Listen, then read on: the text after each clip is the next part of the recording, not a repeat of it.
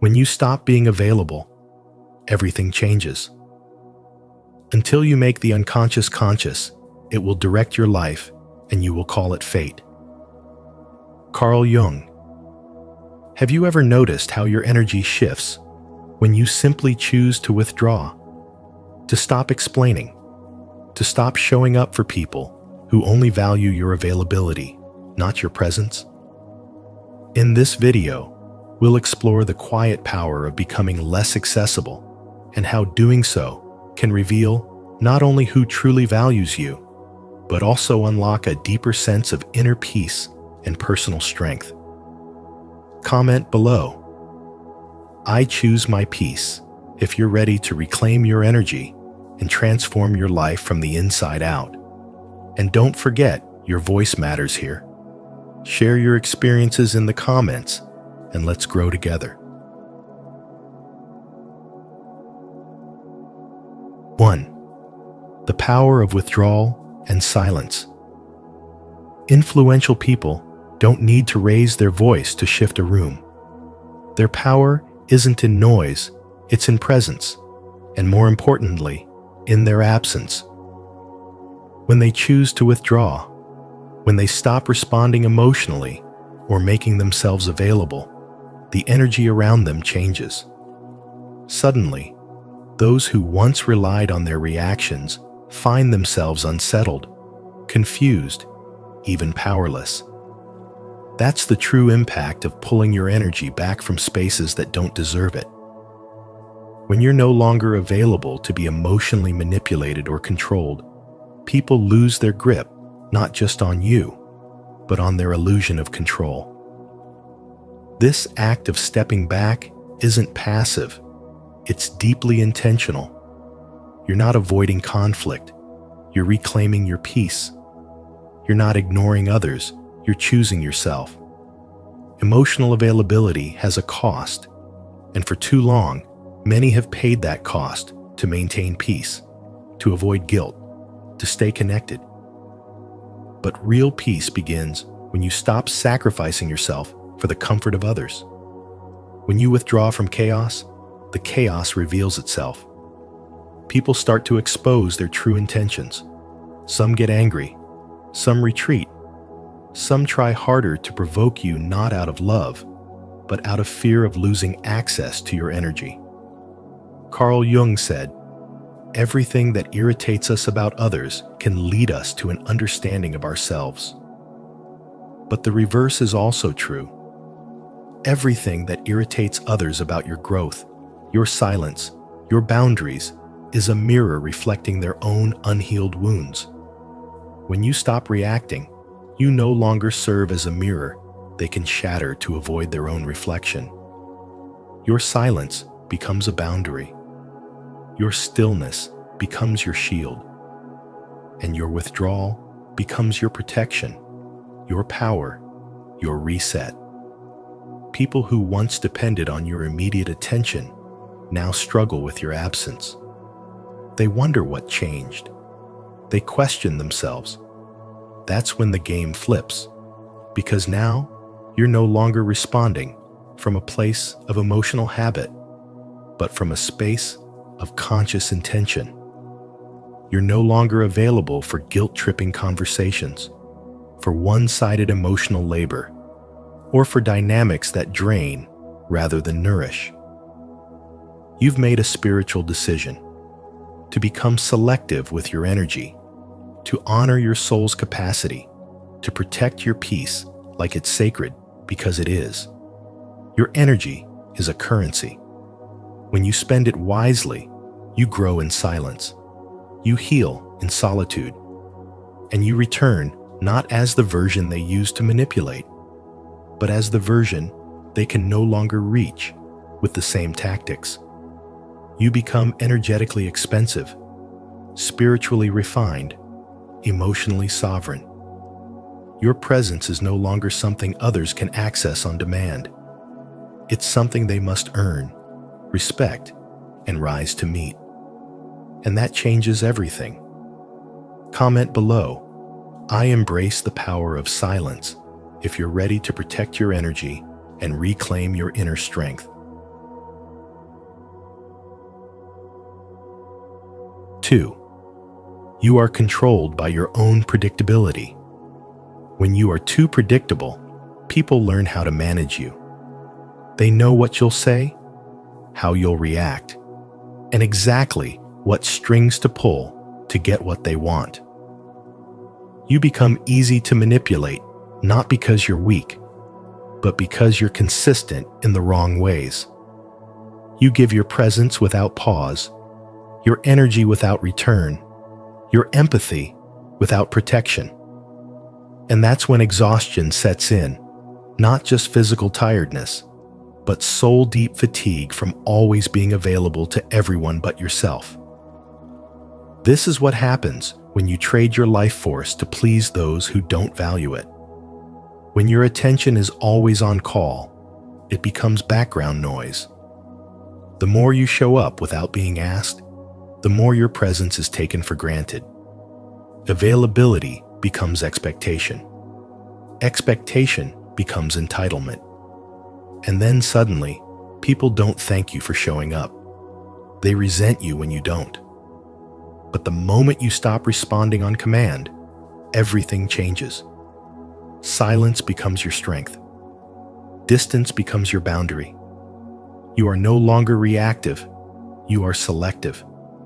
You are no longer accessible. You are intentional. And that shift, it confuses people. It disrupts the rhythm they relied on to keep you small. Some may get angry. Others will guilt you. But what they're really reacting to is the loss of control, because your availability was never about you. It was about their comfort. There is power in withdrawal. When you stop being emotionally and mentally on demand, you reveal the truth of your relationships. The people who only came for what they could take will fall away. The ones who stay, they're the ones who see your value, not your usefulness. You'll find that boundaries don't push the right people away. They protect your energy from the wrong ones. You are not here to be everyone's emergency contact. You are not here to keep peace at the cost of your own. You are here to grow, to thrive, to choose yourself. When you stop offering your presence as a default, others will begin to realize it was a privilege. They will either rise to meet you at your new standard or walk away. Both outcomes are a blessing. Let go of the belief that being constantly available is a virtue. It's not. It's a slow sacrifice of your power. And those who truly care won't require your constant presence to feel secure.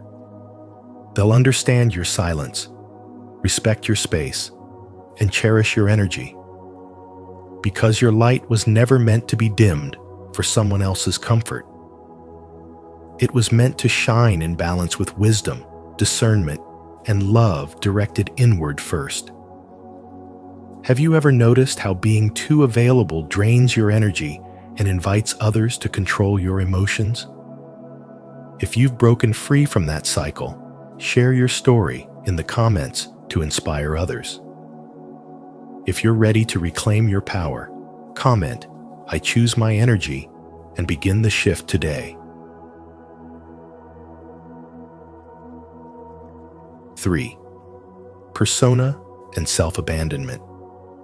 You wear a mask, not because you're fake, but because you've been conditioned to believe it's the only way to be loved.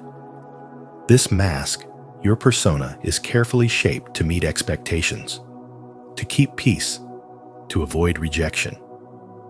But with every smile you force, every opinion you silence, every version of yourself you shrink to fit someone else's comfort, a small part of your true self gets left behind.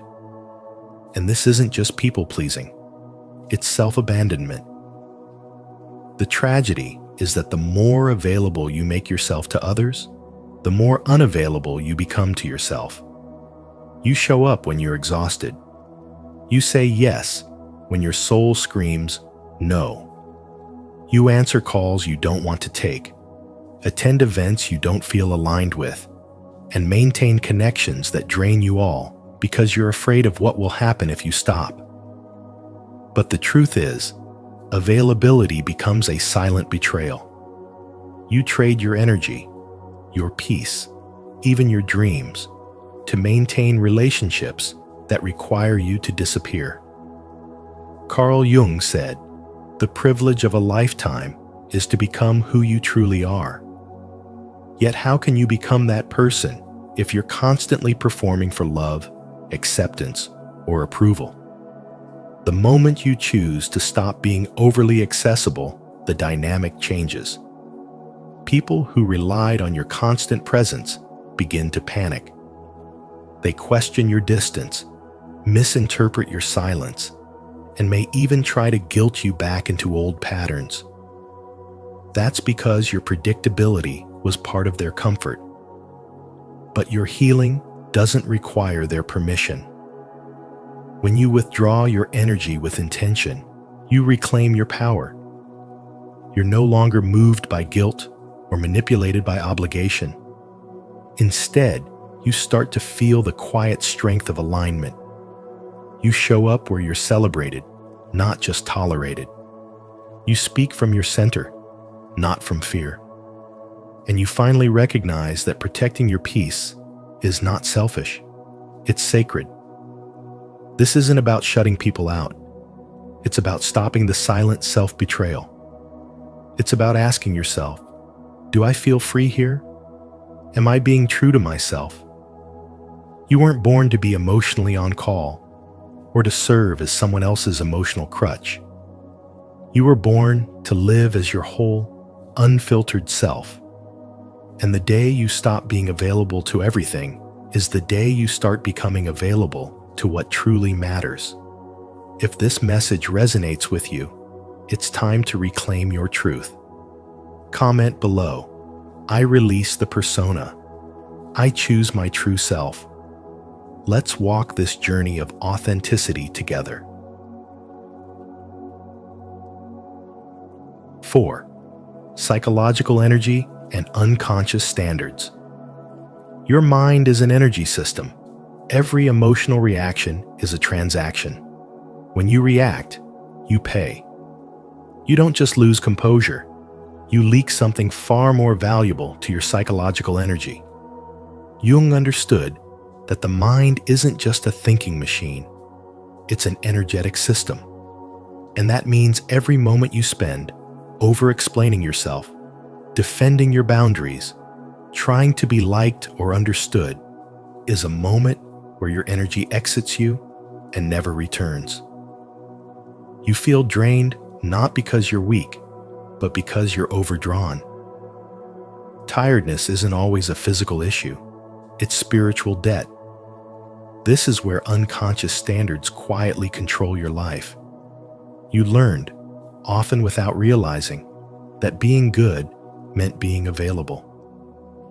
You were told to stay quiet to keep the peace, to say yes when your soul screamed no, to fix what wasn't yours to fix. These invisible expectations become your default setting, and suddenly, you're no longer responding from truth, but reacting from fear. Fear of judgment, fear of abandonment, fear of not being enough. And every time you betray your inner truth to meet an outer demand, you fragment just a little more. We confuse kindness with self-erasure, but real kindness never costs you your vitality. When your energy goes toward being agreeable rather than authentic, you pay with your peace. Emotional exhaustion becomes your norm, but no one sees it because your performance is flawless. You smile, you nod, you help, but deep down, you're hollow. Not because you're broken, but because you've poured yourself into everyone else's needs and left nothing for your own. A person who is emotionally tired isn't broken. They're simply misaligned. Their energy is being funneled into patterns of overgiving, over-explaining, over-pleasing. These actions are not neutral. They're costly. And what's worse, the return on that energy is often emptiness. No appreciation, no reciprocity, just more silent expectations. So you keep giving, and the burnout deepens. Every time you choose to explain yourself to someone who has already made up their mind, you lose energy. Every time you say yes to avoid guilt, you betray yourself. And each one of those small betrayals becomes a leak in your soul's container. Over time, you begin to notice the signs. You're constantly tired. You feel unseen. Your joy fades. These are not coincidences, they're consequences. But awareness is liberation. When you realize where your energy is going, you gain the power to redirect it. You stop giving explanations to people who are committed to misunderstanding you. You stop offering help where it's not honored.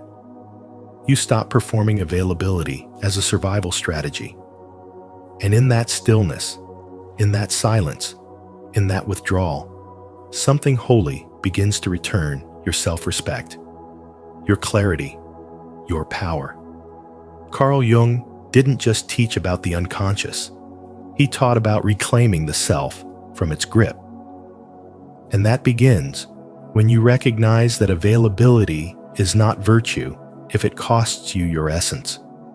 You were not born to be drained. You were born to be divine.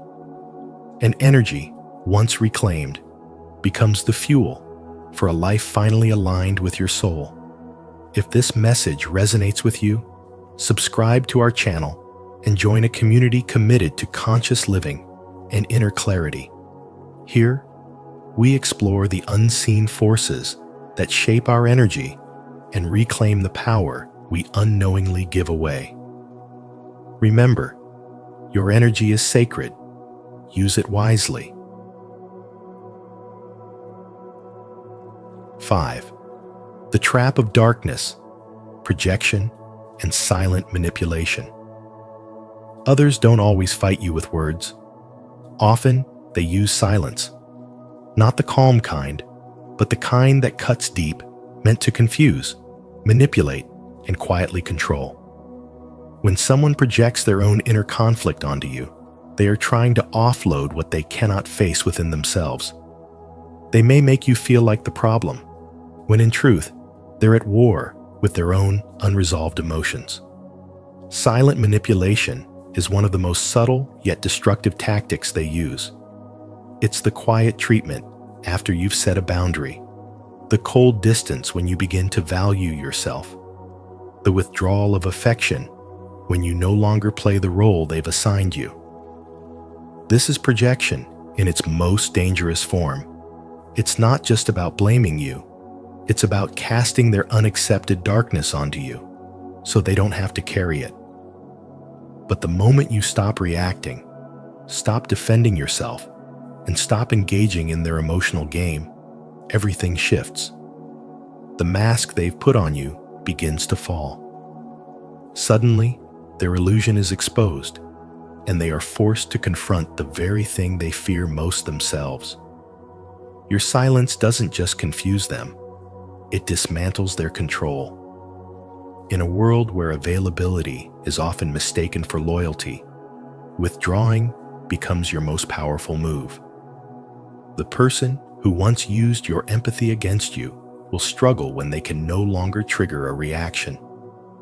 They may try harder, more silence, more withdrawal, more guilt.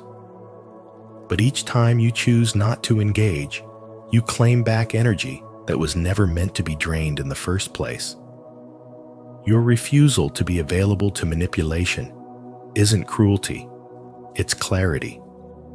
It's the recognition that your presence is valuable and shouldn't be wasted in emotional power games. The truth is, when you are no longer accessible to projection, you force people to face what they've buried. That's why they panic. Not because you hurt them, but because they can no longer hide behind you. Your peace becomes uncomfortable for them. Your detachment makes them restless, and their discomfort reveals the very projection they once disguised as concern, love, or loyalty. They were never really looking at you. They were looking at their own shadow. And now that the mirror is gone, they're lost. Carl Jung said, "Everything that irritates us about others can lead us to an understanding of ourselves." That is the work they refuse to do. And that's exactly why your withdrawal is a form of truth. Because the moment you stop allowing others to use your energy as a dumping ground for their unconscious baggage, you begin to see clearly who is truly capable of real connection and who only showed up to control. You are not obligated to hold space for someone's unhealed wounds at the cost of your well-being. If your silence breaks illusions, let it. If your absence exposes truth, let it. When you stop being available, everything changes, not because you've changed who you are, but because you've finally chosen to stop being who they needed you to be for their illusion to survive. Comment: I see the projection. If you've ever felt the weight of someone else's shadow placed on you. Or share, I choose clarity, if you're ready to break free from silent manipulation and stand in your truth. Let's bring these hidden patterns into the light together. 6. The development of the comfort game when you become unavailable. When you stop responding, your silence doesn't go unnoticed. It becomes a powerful disruptor. You're no longer playing the comfort game, where your availability was a tool others used to maintain control. Suddenly, the person who once relied on your reactions is left without a script. They may start to blame you, criticize you, or accuse you of being cold, not because you've done anything wrong, but because you've stopped serving their emotional comfort. The silence you offer strips them of their ability to manipulate through your predictability. This shift often reveals the real dynamic that was hiding behind politeness and connection. Your presence was never just appreciated, it was used. The moment you take that presence away, the truth surfaces. You were the emotional caretaker. You were the one who constantly gave without needing to be asked. But the cost was your energy, your identity, your peace. Carl Jung said, "Everything that irritates us about others can lead us to an understanding of ourselves." So when your absence starts to irritate others, it's not about you. It's showing them what they've been avoiding within themselves. Your silence becomes a mirror, and not everyone likes what they see.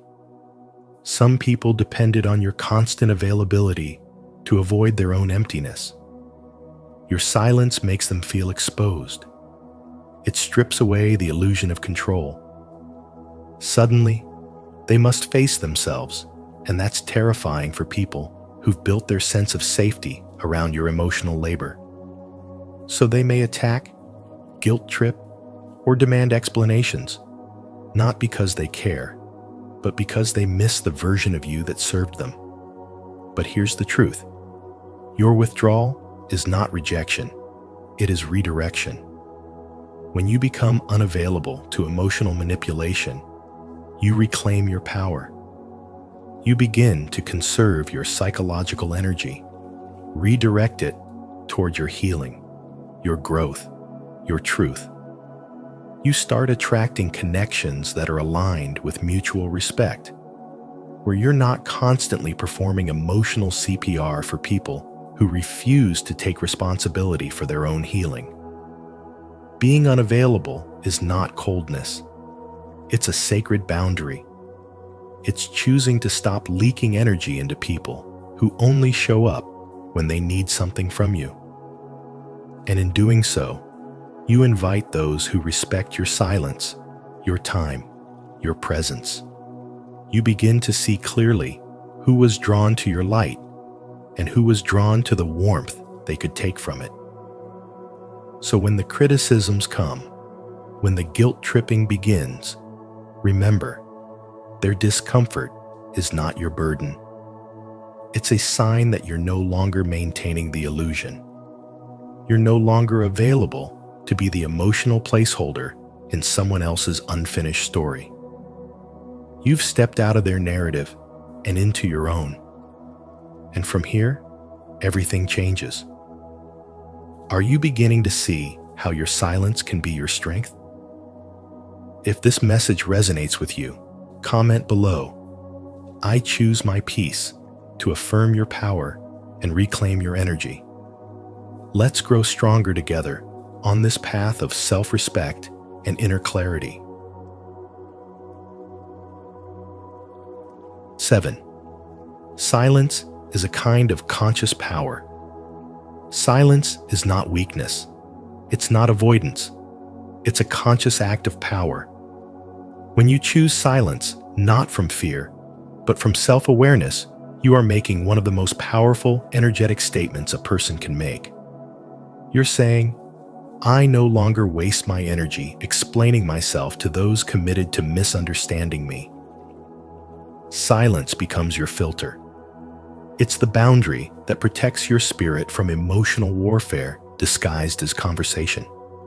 Instead of reacting, you observe. Instead of defending, you detach. And the moment you do, the dynamic shifts. Suddenly, those who once fed off your reactions begin to lose their grip. This kind of silence breaks control.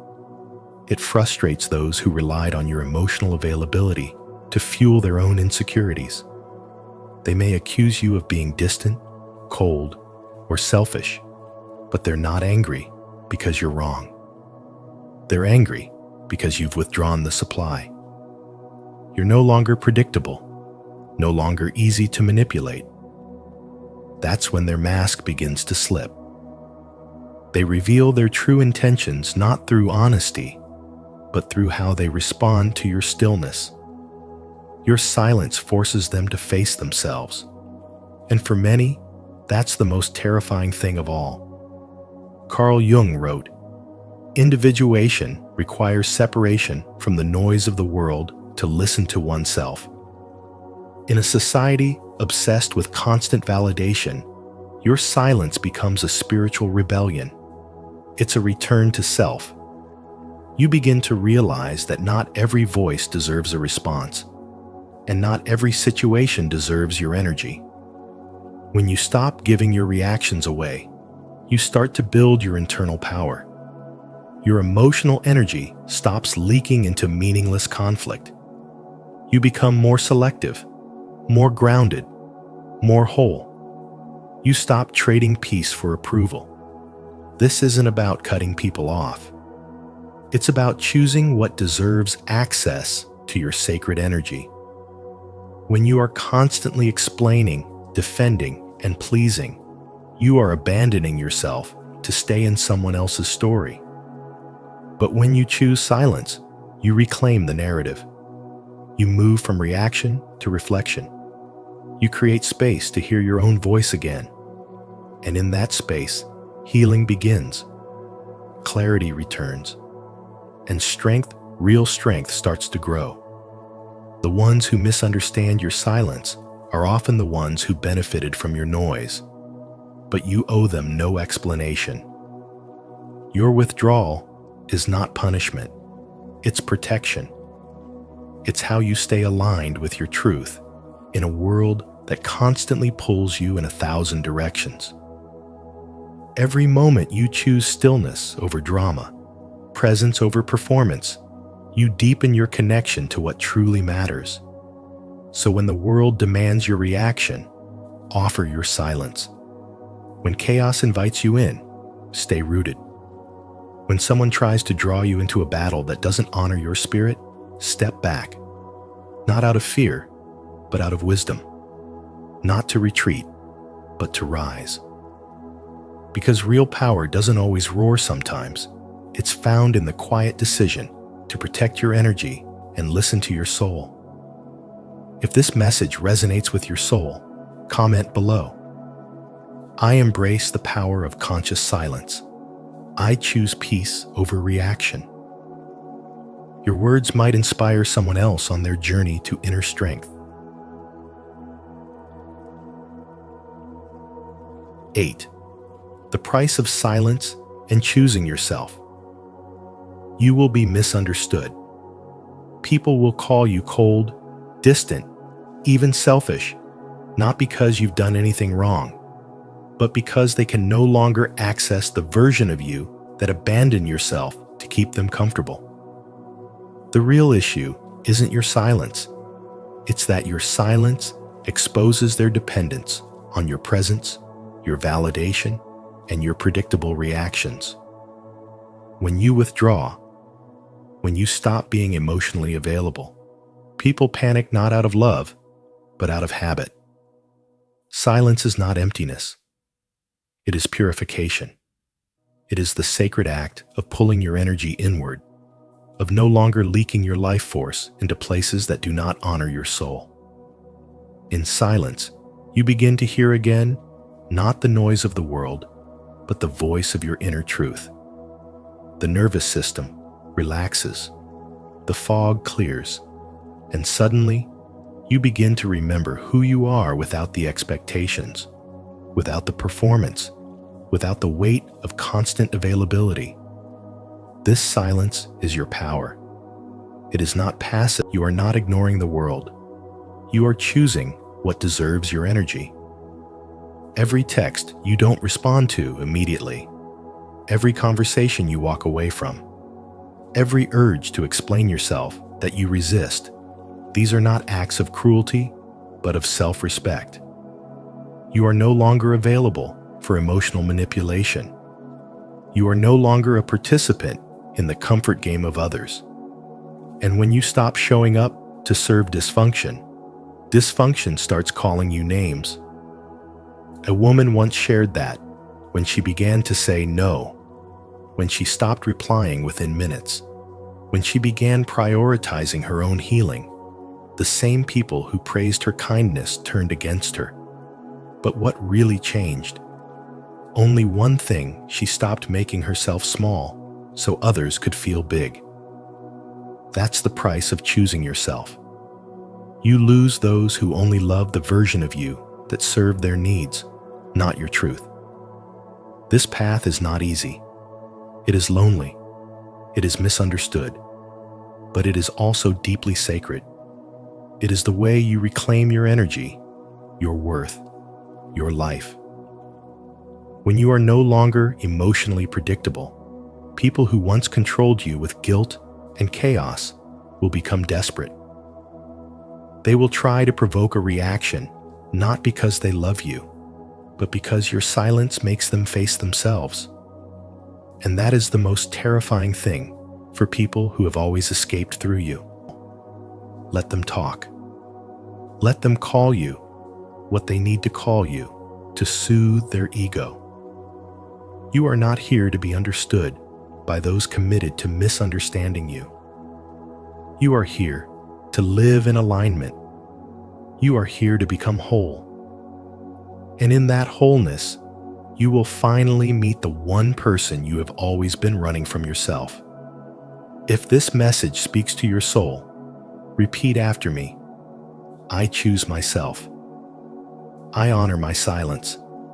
I trust that this space is healing me.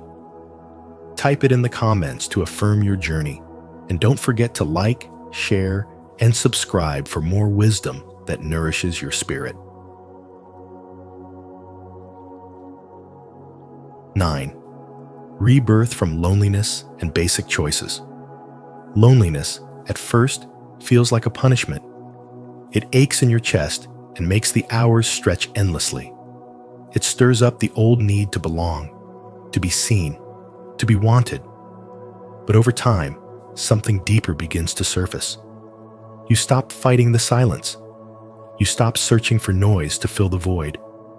Instead, you start listening to your breath, your thoughts, your memories, your emotions. What once felt like abandonment slowly transforms into intimacy with yourself. You are no longer running from solitude.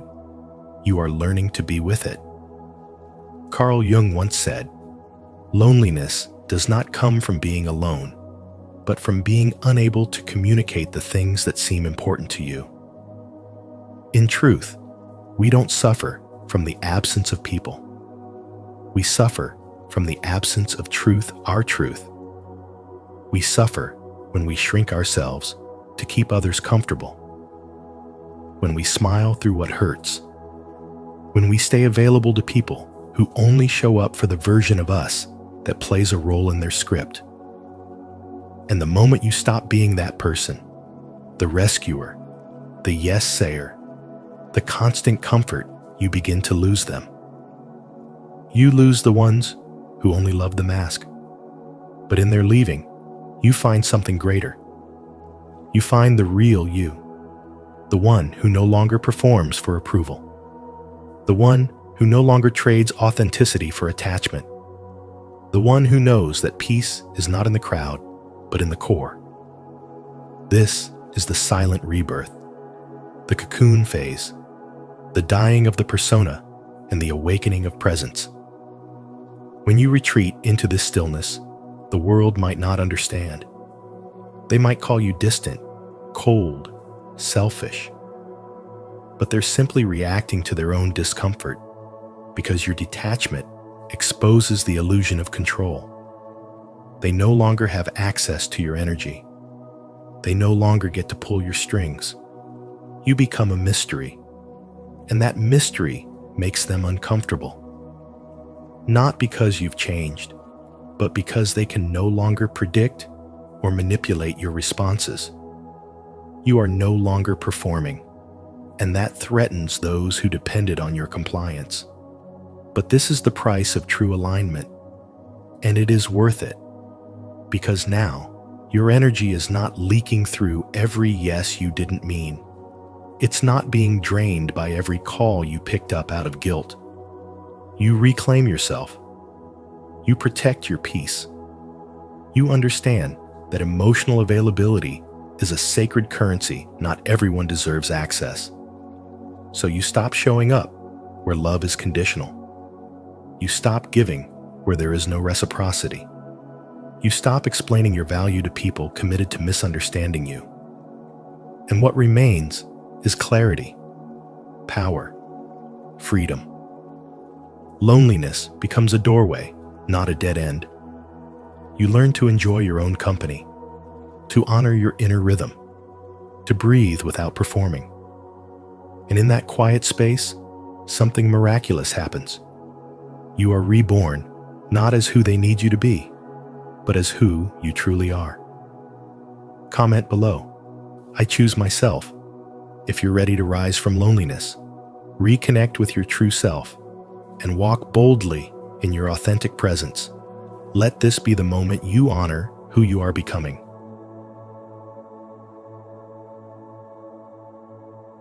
10. Reset your energy levels and set boundaries. Learn to say no without guilt. It is not just a word, it is an energetic reset. Every time you choose not to respond immediately, every time you allow yourself to pause before giving your energy away, you reclaim a piece of your power. You're not being distant. You're being deliberate. You don't owe instant replies. You don't owe your availability to anyone. What you owe is your presence to your own soul. Your silence does not need to be explained. It is not a punishment. It is a signal. It tells the world that your peace is no longer up for negotiation, that you are no longer entertaining people who only seek you when it's convenient for them, that you are no longer sacrificing your well-being to maintain an illusion of connection. Silence is the boundary that doesn't need a wall. It's the answer that speaks without words. Carl Jung once said, "Every true self-return requires a period of spiritual isolation." This is not about being alone. It is about becoming aligned. In your quiet, you begin to hear what the noise drowned out. You realize that constant availability is not love. It is self-abandonment. When you are always there for others, but never for yourself, you become energetically bankrupt. This is why you must withdraw. Not out of bitterness, but out of wisdom. People who truly care won't require your exhaustion to feel connected. Those who become uncomfortable with your boundaries were benefiting from your lack of them. Your unavailability forces others to sit with their projections, their expectations, their discomfort, and that's not your responsibility to fix. When you stop feeding dysfunction, you begin to nourish your soul. This is your sacred turning point. Let your withdrawal be intentional. Let your silence be cleansing. Let your energy become sacred again. The fewer people who have access to you, the more you have access to yourself. Stop trying to explain why you need rest. Stop justifying your healing. You don't need permission to be unavailable. You only need presence to yourself. Be clear. Be still. Be unseen, if that's what it takes to be whole. In your absence, truth will rise. In your quiet, direction will form. This is the power of spiritual isolation. This is the medicine of not responding, not explaining, not overextending. You are not lost. You are returning. You are not cold. You are conscious. You are not selfish. You are healing. And if this resonates with your soul, let it be known. Comment, I choose my peace. Because peace isn't found, it's claimed. And today, you choose you. And remember this, when you stop being constantly available emotionally, mentally, spiritually, you begin to reclaim your power. That quiet shift isn't about punishment, it's about realignment. Carl Jung taught us that withdrawing isn't weakness. It's a return to self, to wholeness, to truth. So as you move forward, honor your energy, protect your peace, and allow the world to adjust to the new version of you. If this message spoke to your soul, don't forget to like this video, share it with someone who needs this reminder, and subscribe to Spiritual Wisdom for more transformative insights. Make sure to turn on the notification bell so you never miss our upcoming uploads. Your journey inward is just beginning, and we're honored to walk it with you. See you in the next video. Crescent Moon and M on your hand. Here are 5 things that will happen if you have this. The soul always knows what to do to heal itself. The challenge is to silence the mind. Caroline Miss, have you ever looked at your hand and noticed a mysterious crescent moon shape or the letter M etched in your palm? These aren't just random patterns. They may be signs pointing to your spiritual destiny. In today's episode of Spiritual Wisdom, we're diving into the 5 powerful things that happen if you have one of these marks. These ancient symbols could reveal your inner gifts, your mission, and the unique light you bring to this world. So pay close attention. Your hands may be whispering truths your soul has been waiting to remember. Do you see the crescent moon or the M? Let us know in the comments, yes, I have it, or no, but I'm curious. And if this resonates, don't forget to like, subscribe, and share this video with someone who needs a sign. 1. Spiritual awakening and intuition. The crescent moon and the letter M are not just random shapes found on your palm. They are ancient spiritual symbols that carry deep meaning, especially for those walking a path of inner awakening. These markings have been observed for centuries by mystics and healers as signs of heightened perception, strong intuition, and an unspoken connection to the spiritual realm. If you happen to bear one or both of these signs, it suggests that your soul has come into this life with a unique sensitivity and purpose that cannot be ignored. The crescent moon, often appearing near the base of the fingernails or thumb, is a universal symbol of the hidden, the mystical, and the unseen. It represents the divine feminine, the nurturing energy of the subconscious, and the intuitive flow that transcends logic. Those who carry this symbol on their hand tend to feel things deeply. They don't just hear words, they feel the intention behind them. They may experience sudden waves of emotion in a room without knowing why, or have moments where the truth of a situation becomes instantly clear without explanation. This spiritual clarity isn't learned, it's remembered, awakened from within. Meanwhile, the letter M is formed by the intersection of major palm lines, usually the headline, heart line, and lifeline, and is considered a mark of destiny. People with this M are often described as old souls, born with a deep sense of knowing and purpose. They may feel different from others, as if they see beneath the surface of life. They're often drawn to spiritual topics, personal growth, or healing professions, not because it's trendy, but because their spirit has been nudging them toward these paths since childhood. There's an inner compass guiding them, and the M is one of the physical confirmations of that unseen force. Living with these gifts isn't always easy. Intuitive people can struggle in noisy, chaotic environments because they absorb too much. They may retreat often, seeking stillness to process the energetic information they're constantly receiving. They might feel misunderstood by those who rely only on logic and dismiss the unseen. But over time, they begin to realize that their sensitivity is not a flaw, it's a superpower. The ability to sense subtle shifts, to hear what isn't spoken, and to feel what others suppress is part of their spiritual mission on Earth. To develop these gifts, it's important to treat your intuition like a sacred instrument. Journaling allows you to recognize patterns in your thoughts, dreams, and experiences. For example, you might write about a gut feeling you had before meeting someone new, and later realize that feeling was warning you of something. Keeping track of these moments builds spiritual trust in yourself. Meditation deepens that trust.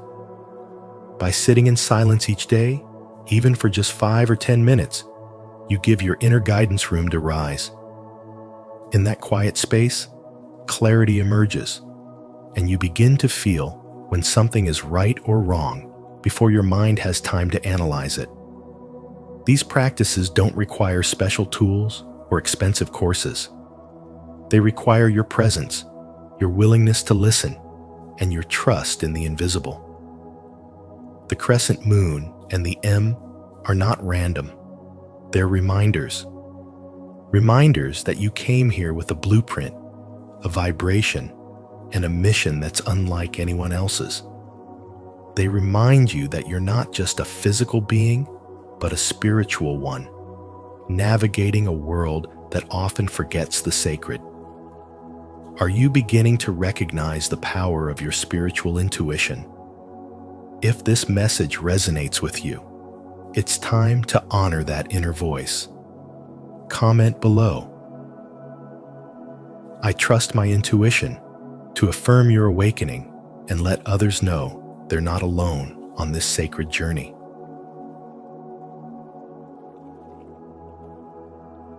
Two, connection to ancient wisdom. The letter M on your palm is not just an ordinary convergence of skin lines.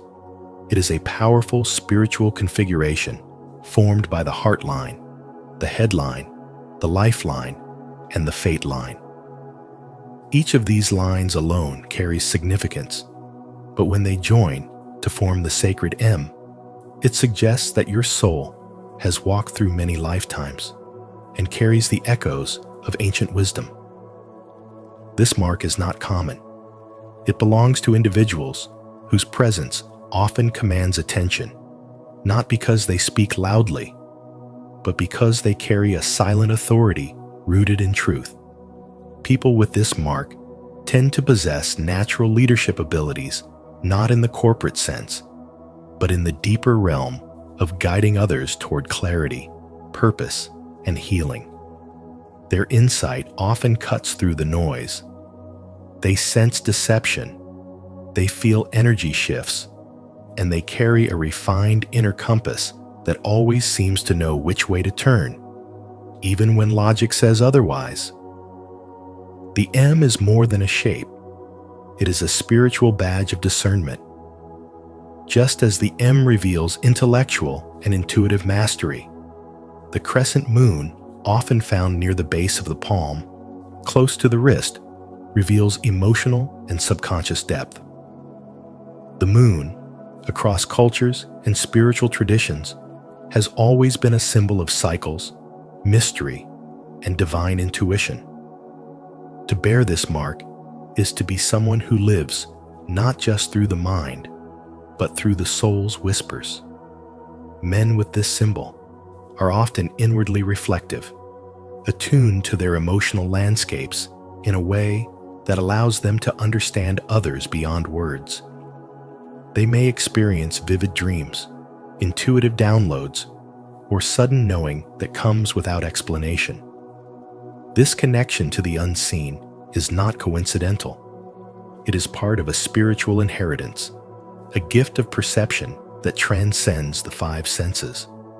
The crescent moon on the palm is a signature of those who are not only emotionally intelligent, but spiritually resonant.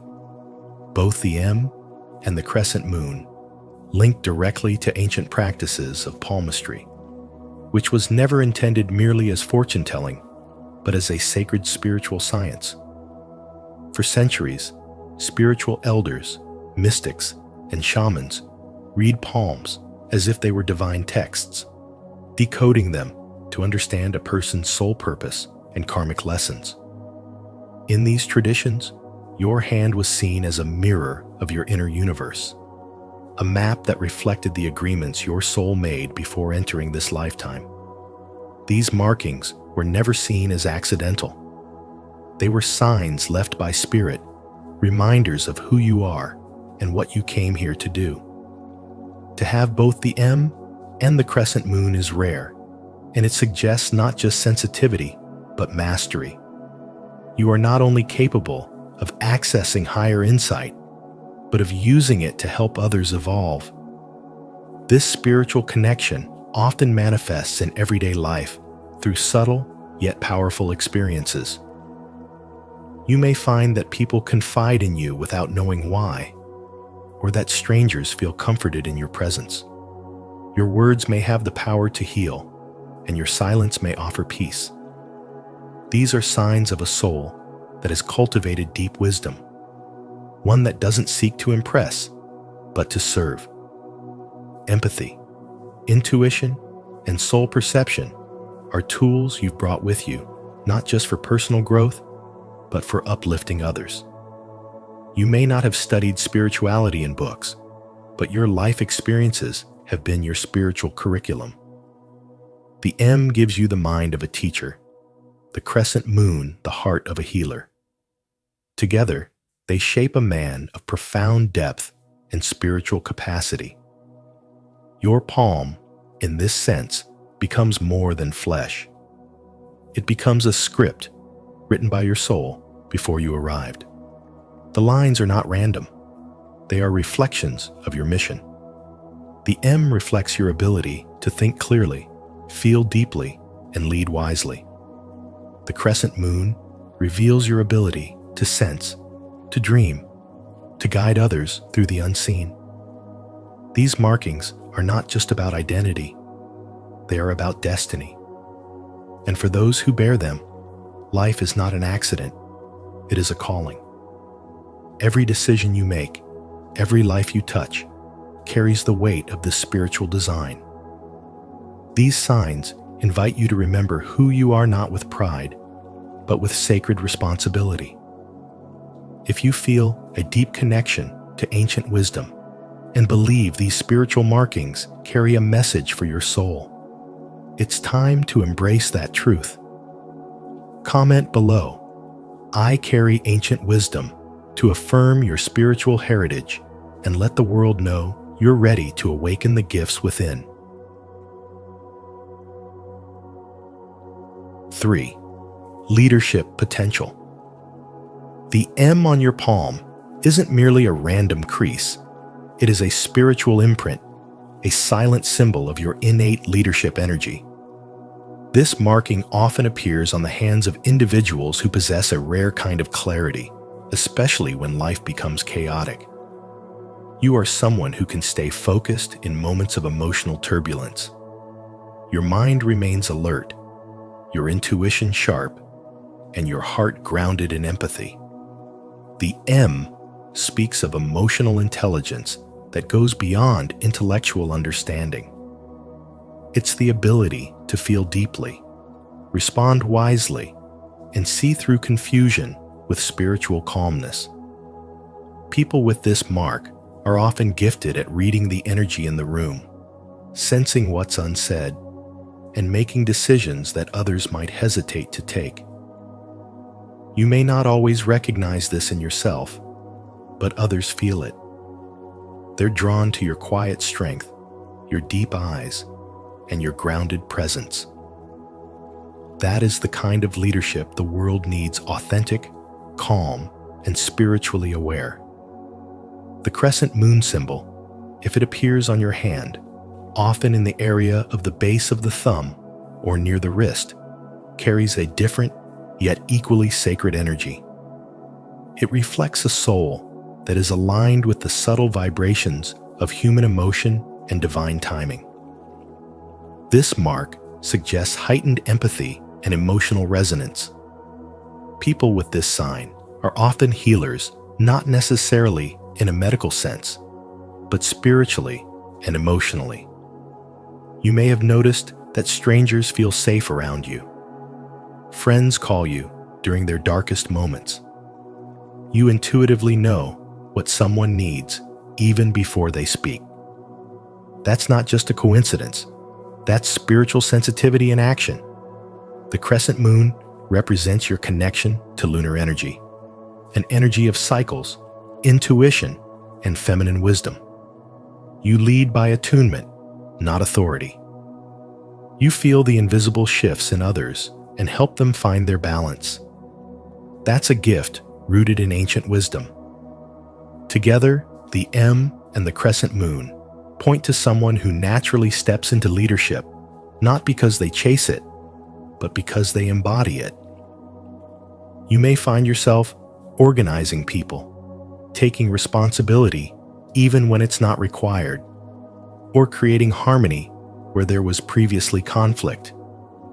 You might be the one to speak up when others fall silent, or the one who stays calm when everyone else is spiraling. This isn't something you learn from a textbook. It's written in your spiritual DNA. Leadership is not always about being the face of a project. Sometimes it's about holding the energy, protecting the space, or simply being the presence that reminds others of their worth. These traits aren't loud, but they are lasting. It's important to remember that leadership is not a title. It is a frequency, a spiritual vibration that affects every room you walk into. True leaders are often hidden in plain sight. They don't need praise, but their absence is always felt. You are one of those people. If you carry these markings, it's a sign you were chosen not to dominate, but to inspire. Your compassion, your clarity, your grounded emotional presence, these are the tools of real leadership in a spiritually starving world. These marks are not there by accident. They are divine reminders of who you are and what you are here to do. Whether it's guiding one person back to themselves or quietly leading a group without recognition, your purpose is felt. And when you accept that these traits are not burdens, but blessings, you begin to walk differently. You speak with more conviction. You love with more presence, and you serve with more soul. This is the spiritual legacy of those marked by the M and the crescent moon, not to be seen, but to see. Not to control, but to uplift. Not to lead with power, but with presence. If you feel the call to lead with heart, clarity, and purpose, this message is for you. The signs are already in your hands, literally.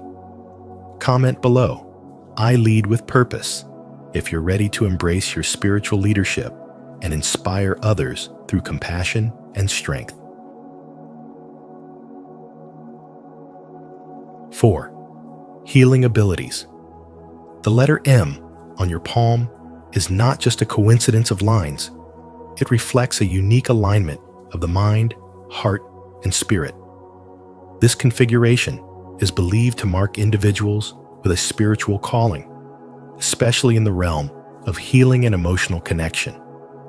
When this M appears clearly, it suggests that your inner world operates with deep coherence, allowing you to perceive not only your own emotional truths, but also those of others. Likewise, the crescent moon marking, often seen at the base of the fingernail or formed in the fine lines of the palm, is deeply symbolic. Across cultures, the moon represents intuition, transformation, and inner knowing. When its shape appears on your hand, it is said to reflect your heightened sensitivity to emotional vibrations and your ability to sense what others may not even verbalize. You may find that people naturally open up to you, drawn to your calm energy and ability to listen without judgment. You might pick up on sadness behind someone's smile, or feel discomfort in a room before anyone speaks. These are not random traits.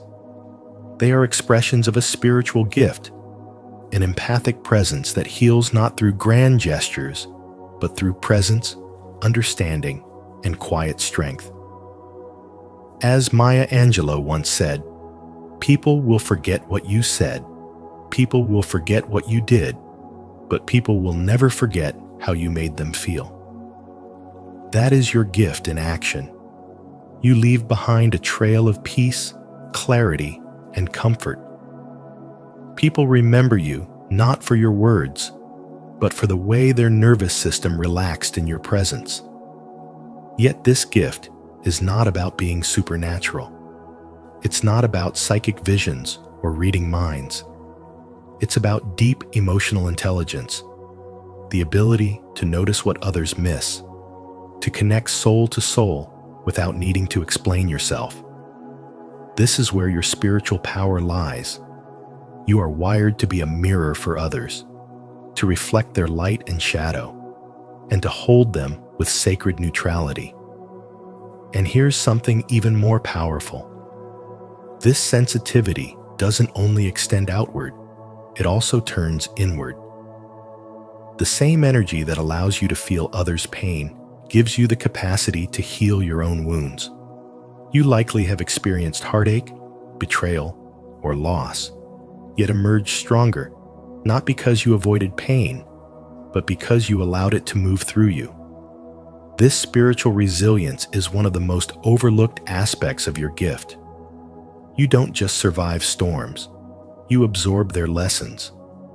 You understand that healing isn't linear, and that emotional strength isn't about avoiding tears, but honoring them. You are the quiet force in the room, the person who holds space when others can't hold themselves. Even in silence, your energy speaks volumes. Even in stillness, you provide stability. These markings on your hand serve as spiritual signatures, evidence that your soul came here with a mission not only to witness pain, but to transmute it. Not only to feel deeply, but to alchemize emotion into wisdom. So when you see that M, or that crescent moon, know that it's not decoration, it's declaration. A declaration of your spiritual identity. A reminder that you are here to help this world feel again, trust again, breathe again, Your hands are not just tools for action. They are maps of the heart, echoing your inner wisdom and your sacred presence. The healing you carry is real. It's rooted in your lived experience, shaped by your suffering, and polished by your compassion. And the world is quietly transformed each time you simply choose to show up and be fully present. Leave a like and subscribe to our channel. And don't forget to hit the notification bell so you never miss powerful insights like this. If you resonate with the healing energy within you, type in the comments, "I am a source of healing and peace." 5. Unlocking hidden potential. The lines on your palm are more than just biological patterns. They are ancient blueprints, spiritual symbols etched into your being that carry clues about who you are and what you are here to become. Among these, the presence of the letter M stands out as a profound marker. It represents a rare combination of qualities: heightened intelligence, creative problem-solving, and an innate capacity for leadership. Men who bear this symbol are often quietly magnetic, able to command attention without forcing it, able to discern complexity and offer clarity. This M is not random. It is a spiritual stamp of mastery.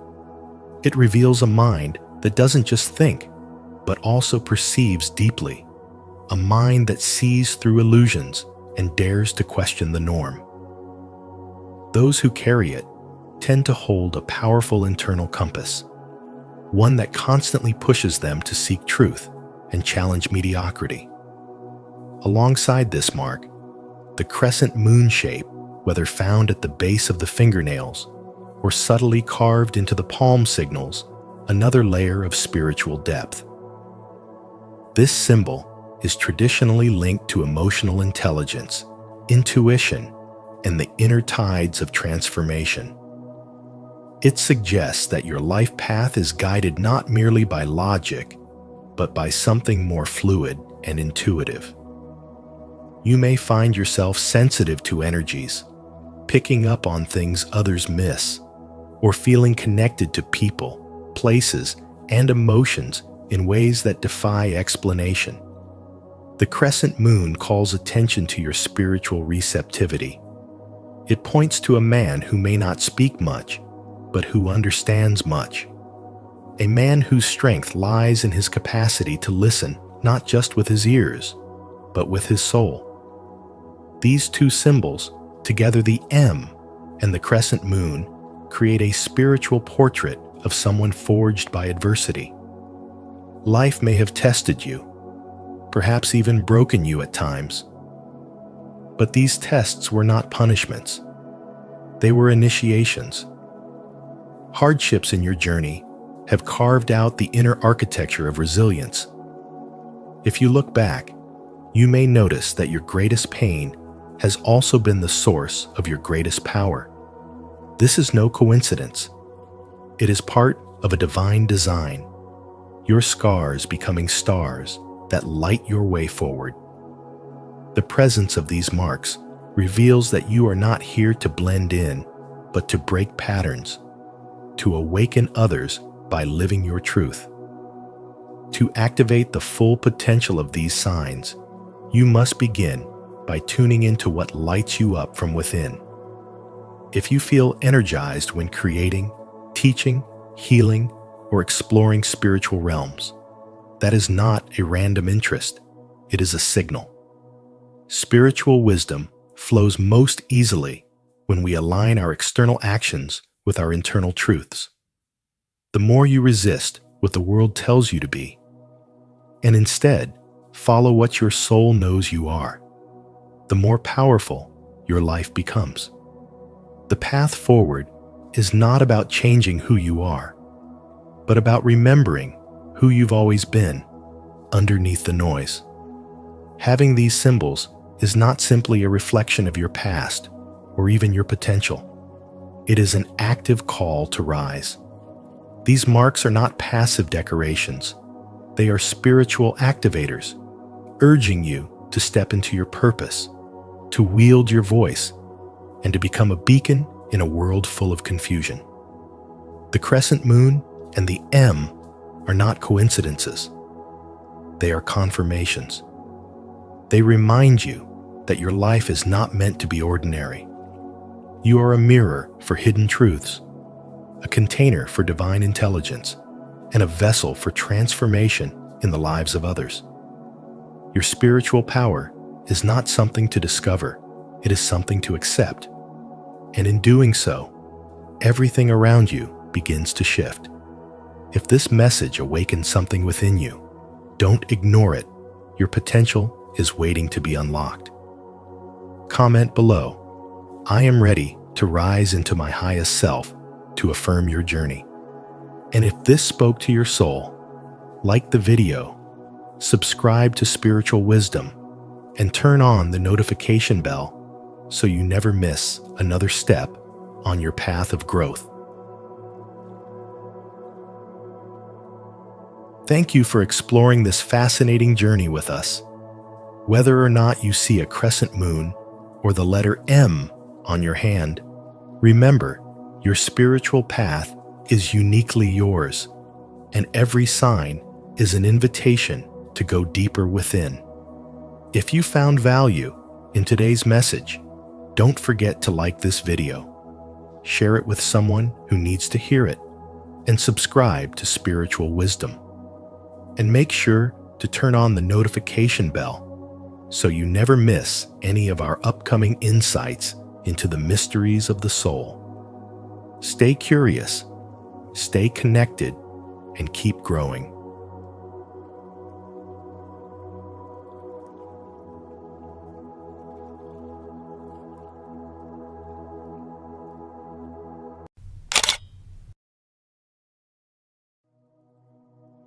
"13 signs someone secretly loves you." The meeting of two personalities is like the contact of two chemical substances. If there is any reaction, both are transformed. Carl Jung. Have you ever wondered if someone is silently in love with you, but they're too afraid to say it out loud? According to psychology, especially the work of Carl Jung, love often hides in plain sight, revealed not through words, but through subtle energy, actions, and unconscious behaviors. In today's video from Spiritual Wisdom, we'll explore 13 powerful signs that someone may be secretly in love with you, based on Jung's profound insights into the human psyche. As you watch, reflect on your own relationships. What signs have you been missing? Could someone in your life be carrying a silent affection for you right now? Let us know your thoughts in the comments, and don't forget to like and subscribe to stay aligned with more content that awakens your heart and soul. 1. Subtle admiration or teasing projection. When someone harbors secret feelings for you, that love rarely announces itself in a direct, obvious way. Instead, it often leaks through in ways that may feel contradictory through subtle admiration or playful teasing. These behaviors may appear opposite, but they originate from the same hidden source: unspoken affection that the person hasn't fully acknowledged, even to themselves. According to Carl Jung's teachings on the unconscious mind, such behavior often reflects psychological projection, a process where someone unknowingly assigns their inner feelings onto another person. In this case, love that cannot be verbalized takes shape in gestures, words, and actions that hint at deeper emotional truths. Admiration in this context is not casual. It's emotional in nature, almost reverent. You may notice them offering compliments that are unusually specific or personal. Your laugh, the way your mind works, the calmness in your presence, or how you carry yourself. These remarks go beyond surface-level flattery. They're windows into a deeper emotional attachment. Every word of praise is a subtle signal, a tether to feelings they may not yet have the courage or clarity to fully articulate. In their eyes, you're not just another person. You're something rare, almost sacred. This form of admiration can intensify, especially if they're repressing romantic feelings. The more they suppress, the more their compliments verge on fascination. You become a mirror for something beautiful within themselves they long to connect with, but are afraid to claim. On the other side of the spectrum lies teasing, often misunderstood, but equally telling. If someone frequently jokes with you, playfully challenges you, or gently mocks you, it might not be a sign of disinterest. In fact, it could be just the opposite. Spiritual wisdom reminds us that the heart often hides behind humor when vulnerability feels too risky. A teasing remark can be a shield, a safer substitute for saying something raw, like "I miss you," or "You matter to me." These lighthearted moments are often filled with tension, a mix of desire and self-protection. Teasing becomes the dance between wanting closeness and fearing rejection. Beneath it all is an anxious need to connect, masked in sarcasm or playfulness, because the real truth feels too exposed. These behaviors, both admiration and teasing, are not random. They are unconscious expressions of an emotional tug-of-war, shaped by inner conflict, fear of exposure, and a deep longing for connection. Jung believed that what remains unresolved or repressed within the psyche often emerges through projection. When someone is overwhelmed by a love they cannot express, it doesn't disappear. It simply finds other ways to emerge. This might explain why someone is warm one moment and distant the next, praising you one day and avoiding eye contact the next. They're not trying to manipulate or confuse you. It's their inner world struggling to hold two conflicting truths, desire and denial. To truly understand what's going on, you must look past the surface.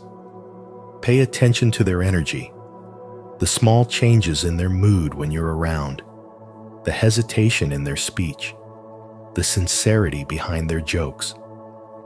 Watch how their words might contradict their eyes, how their body lingers in your presence even when their words pull away. Spiritual wisdom teaches us that the unconscious speaks not just through language, but through patterns, timing, tone, and behavior. These signs are often more revealing than the words we say. And so, when someone cannot say, "I love you," they may end up showing it in every possible way, through praise that feels personal, through jokes that carry warmth, through presence that keeps returning. All of it adds up to a silent confession, spoken through the soul rather than the lips. If you've begun to notice these signs, if someone's admiration or teasing seems to carry more weight than meets the eye, trust your intuition. Comment below, "I see the signs of hidden love," and share your experience. Your awareness may open the door for others to recognize the subtle, sacred language of love unspoken. 2. Hot and cold behavior. Ambivalent attachment.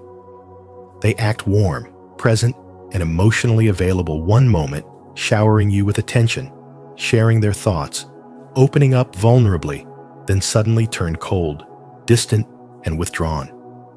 The change is often so abrupt, it leaves you reeling. You find yourself questioning the entire connection. Did I do something wrong? Was it all in my head? This emotional inconsistency can feel deeply personal, but more often than not, it has far less to do with you and everything to do with their inner world. Carl Jung taught us that what people project outward is often a reflection of what lies unresolved within. This hot and cold behavior is not rooted in cruelty or carelessness, but in ambivalence, a psychological tug-of-war between the desire to connect and the fear of vulnerability. You're not witnessing emotional detachment. You're witnessing a deep internal conflict. They long for closeness, yet they fear what that intimacy might reveal or demand. So, just when things start to feel real, they pull away, sabotaging the very connection they crave. This push-pull pattern is a textbook example of what psychologists call ambivalent attachment. Individuals with this attachment style are emotionally torn. On one hand, they yearn to be loved, to be held, to be truly seen. On the other hand, they fear being hurt, misunderstood, or rejected. So they operate in a cycle of emotional reaching and rapid retreat. They might open up to you late at night, tell you things they've never shared with anyone, make future plans, and then disappear for days. The silence that follows feels like punishment, but it's not about you. It's their way of protecting themselves from perceived emotional danger. This behavior stems from the shadow side of the psyche. According to Jung, the shadow represents the unconscious parts of ourselves, the wounds, the fears, the insecurities we've not yet brought to light. And as he famously said, until you make the unconscious conscious, it will direct your life and you will call it fate. Those who haven't confronted their shadow often find themselves behaving in ways that sabotage their own happiness. They're not trying to manipulate or hurt you. In truth, they are deeply confused, trapped between the longing to be loved and the fear of being fully known. In today's world, this dynamic plays out more often than we'd like to admit. Someone may pursue you with intensity, texting every day, saying how different you are, making promises, but the moment emotional safety is required, they vanish. No explanation, no closure. It leaves you spiraling. But it's not about your worth. It's a manifestation of their unresolved fear. Fear of abandonment, fear of being hurt, or fear of not being enough. Many people were never taught how to feel safe with their emotions. Without that foundation, love becomes a battlefield of internal war. Jung would describe this as the struggle between the persona, the mask we show the world, and the shadow, the parts we hide even from ourselves.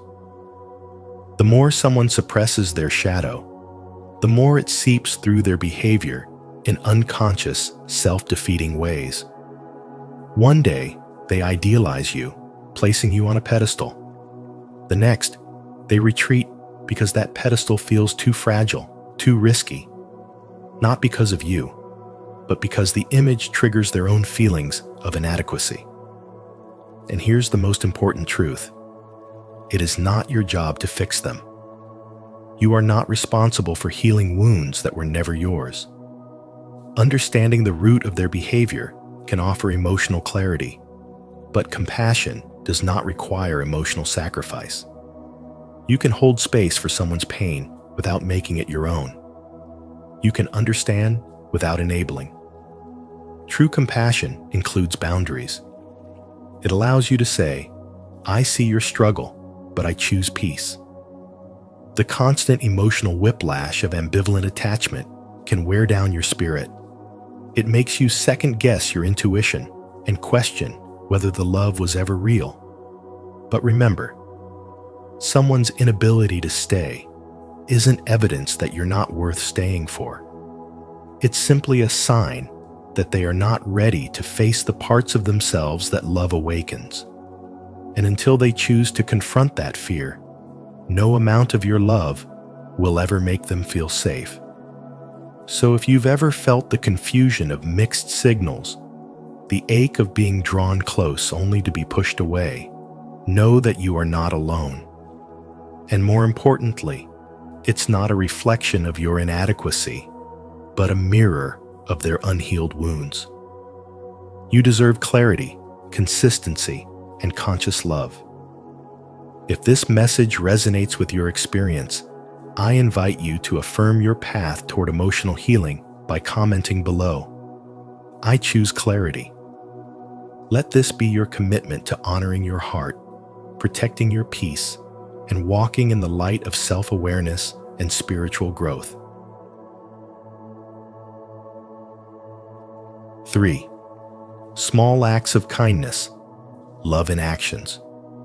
They won't tell you they love you, but they'll show you. Not with roses or grand confessions, but with quiet consistency. They'll solve a problem for you before you even realize it exists. They'll stay up late helping you finish a task, offer their time without asking for anything back, or remember the smallest things you mention in passing. Silent lovers don't use words. They use actions subtle, thoughtful, intentional. They'll bring you a warm drink when you're overwhelmed, send a message when you're silent too long, or fix something broken in your life without ever needing you to notice they did it. Carl Jung once said, "What you resist not only persists, but will grow in size." This kind of love is just that quiet, persistent, and growing in the shadows. It's the unspoken emotion that becomes motion. Jung understood that feelings buried deep in the unconscious always find their way to the surface. A person may not be ready to admit their love, but their soul is already acting on it. What they can't speak, they do. What they can't confess, they offer in service. These gestures are spiritual energy in disguise, signs of emotional attachment that go unnoticed unless you are awake enough to see. And this is where your spiritual awakening begins. The moment you realize that the hand that always helps, the voice that always soothes, the friend who always shows up, is doing so out of more than just kindness. They're doing it out of care, out of a love so deep it's safer expressed through action than language. This kind of love doesn't seek attention. It seeks closeness. And even though they may never say it out loud, everything they do says, "I care about you more than you know." We often overlook these people because they don't push. They don't declare or demand, but their presence is steady. They create a safe space around you, not with promises, but with behavior. This is not a coincidence. It's an emotional intention woven into everyday life. In truth, love that is hidden is often more powerful than love that is declared. Because it's raw, it's uncertain, and it's real. Ask yourself, who are you overlooking right now? Who gives you more than they take? Who listens when no one else does? Notices when no one else sees? Supports you without making it a show? That is the person whose heart may be speaking through their hands, their effort, their time. They're not just being nice. They're loving you, quietly. When you start to notice this, your awareness deepens. You begin to sense energy more than hear words. You read intention instead of surface behavior. That is the essence of spiritual awakening, seeing beyond what is said and recognizing what is felt. These small acts of kindness, they are not small at all. They are echoes of a hidden affection, a gentle yet undeniable truth. Someone out there loves you more than you know. Do you believe that real love is shown through actions, not words? If you do, declare it in the comments. I see love in every small act of kindness. 4. Constant coincidences, synchronicity. They often appear in your life at the exact moment you think of them. You haven't spoken all day, but suddenly their message pops up. You haven't seen them in weeks, yet you bump into them at the most random place just when your heart whispered their name. Carl Jung called this phenomenon synchronicity, not mere coincidence, but a meaningful alignment of inner and outer events that reveals something deeper is at play. In the context of spiritual wisdom, synchronicity is the soul's quiet language, a sign that there may be an invisible emotional thread binding two people together. When someone secretly loves you, that invisible bond becomes magnetized. Their presence begins to orbit your life in ways too frequent, too perfectly timed to be ignored. It's as though the universe collaborates with their unspoken feelings, placing them in your path without effort or explanation. They show up when you need comfort, reach out when you're unsure, or appear just as you're about to reach for them. These aren't isolated accidents. They are emotionally charged moments that hint at an energetic alignment beneath the surface.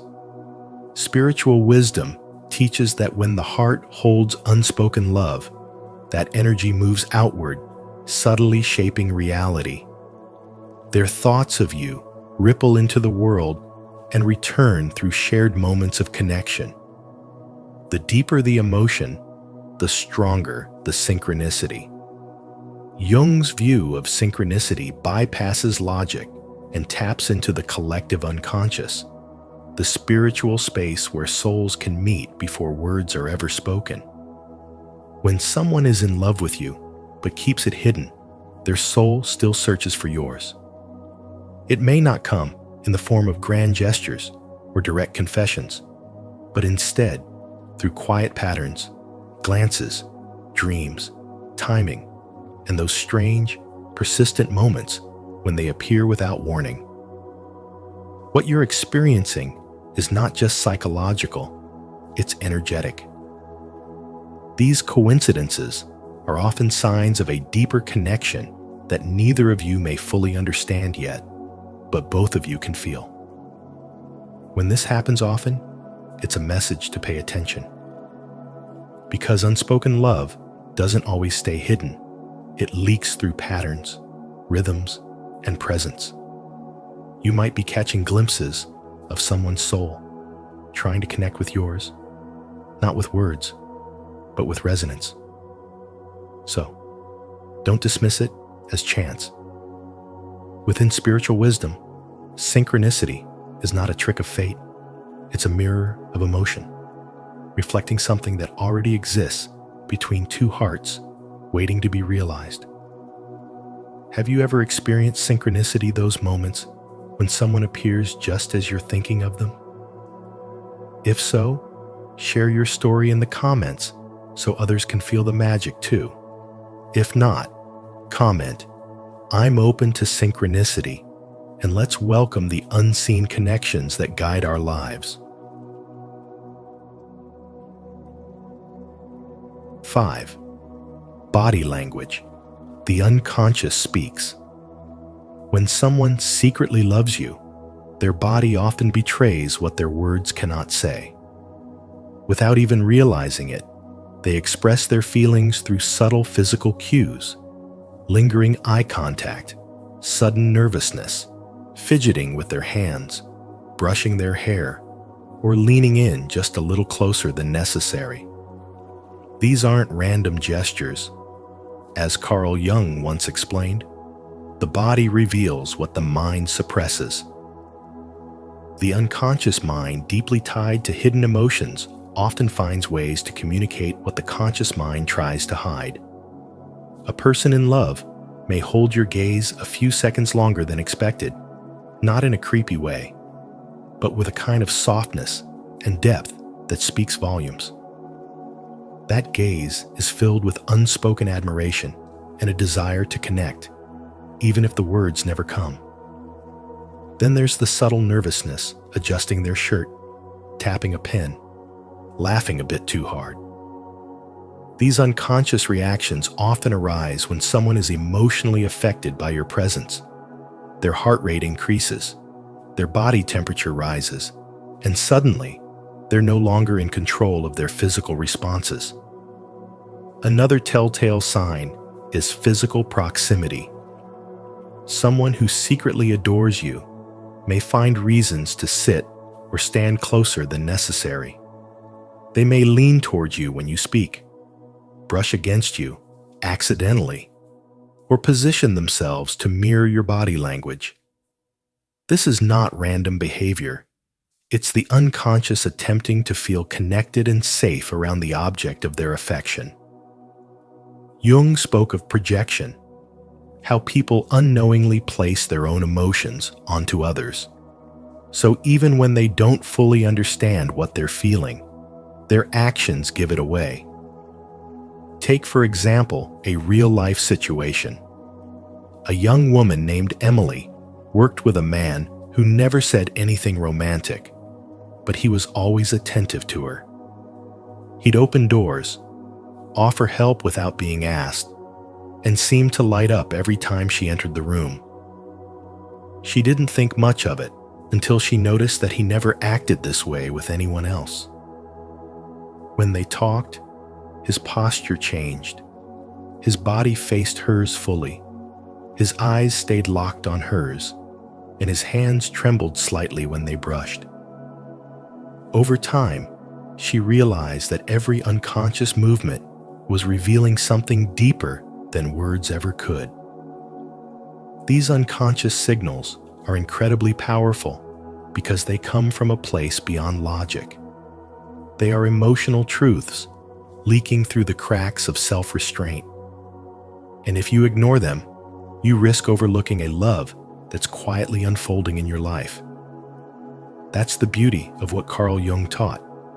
True emotions, especially love, cannot be hidden forever. They will emerge, whether in a glance, a gesture, or a gentle smile. You simply have to notice. These signs are not just clues. They are invitations.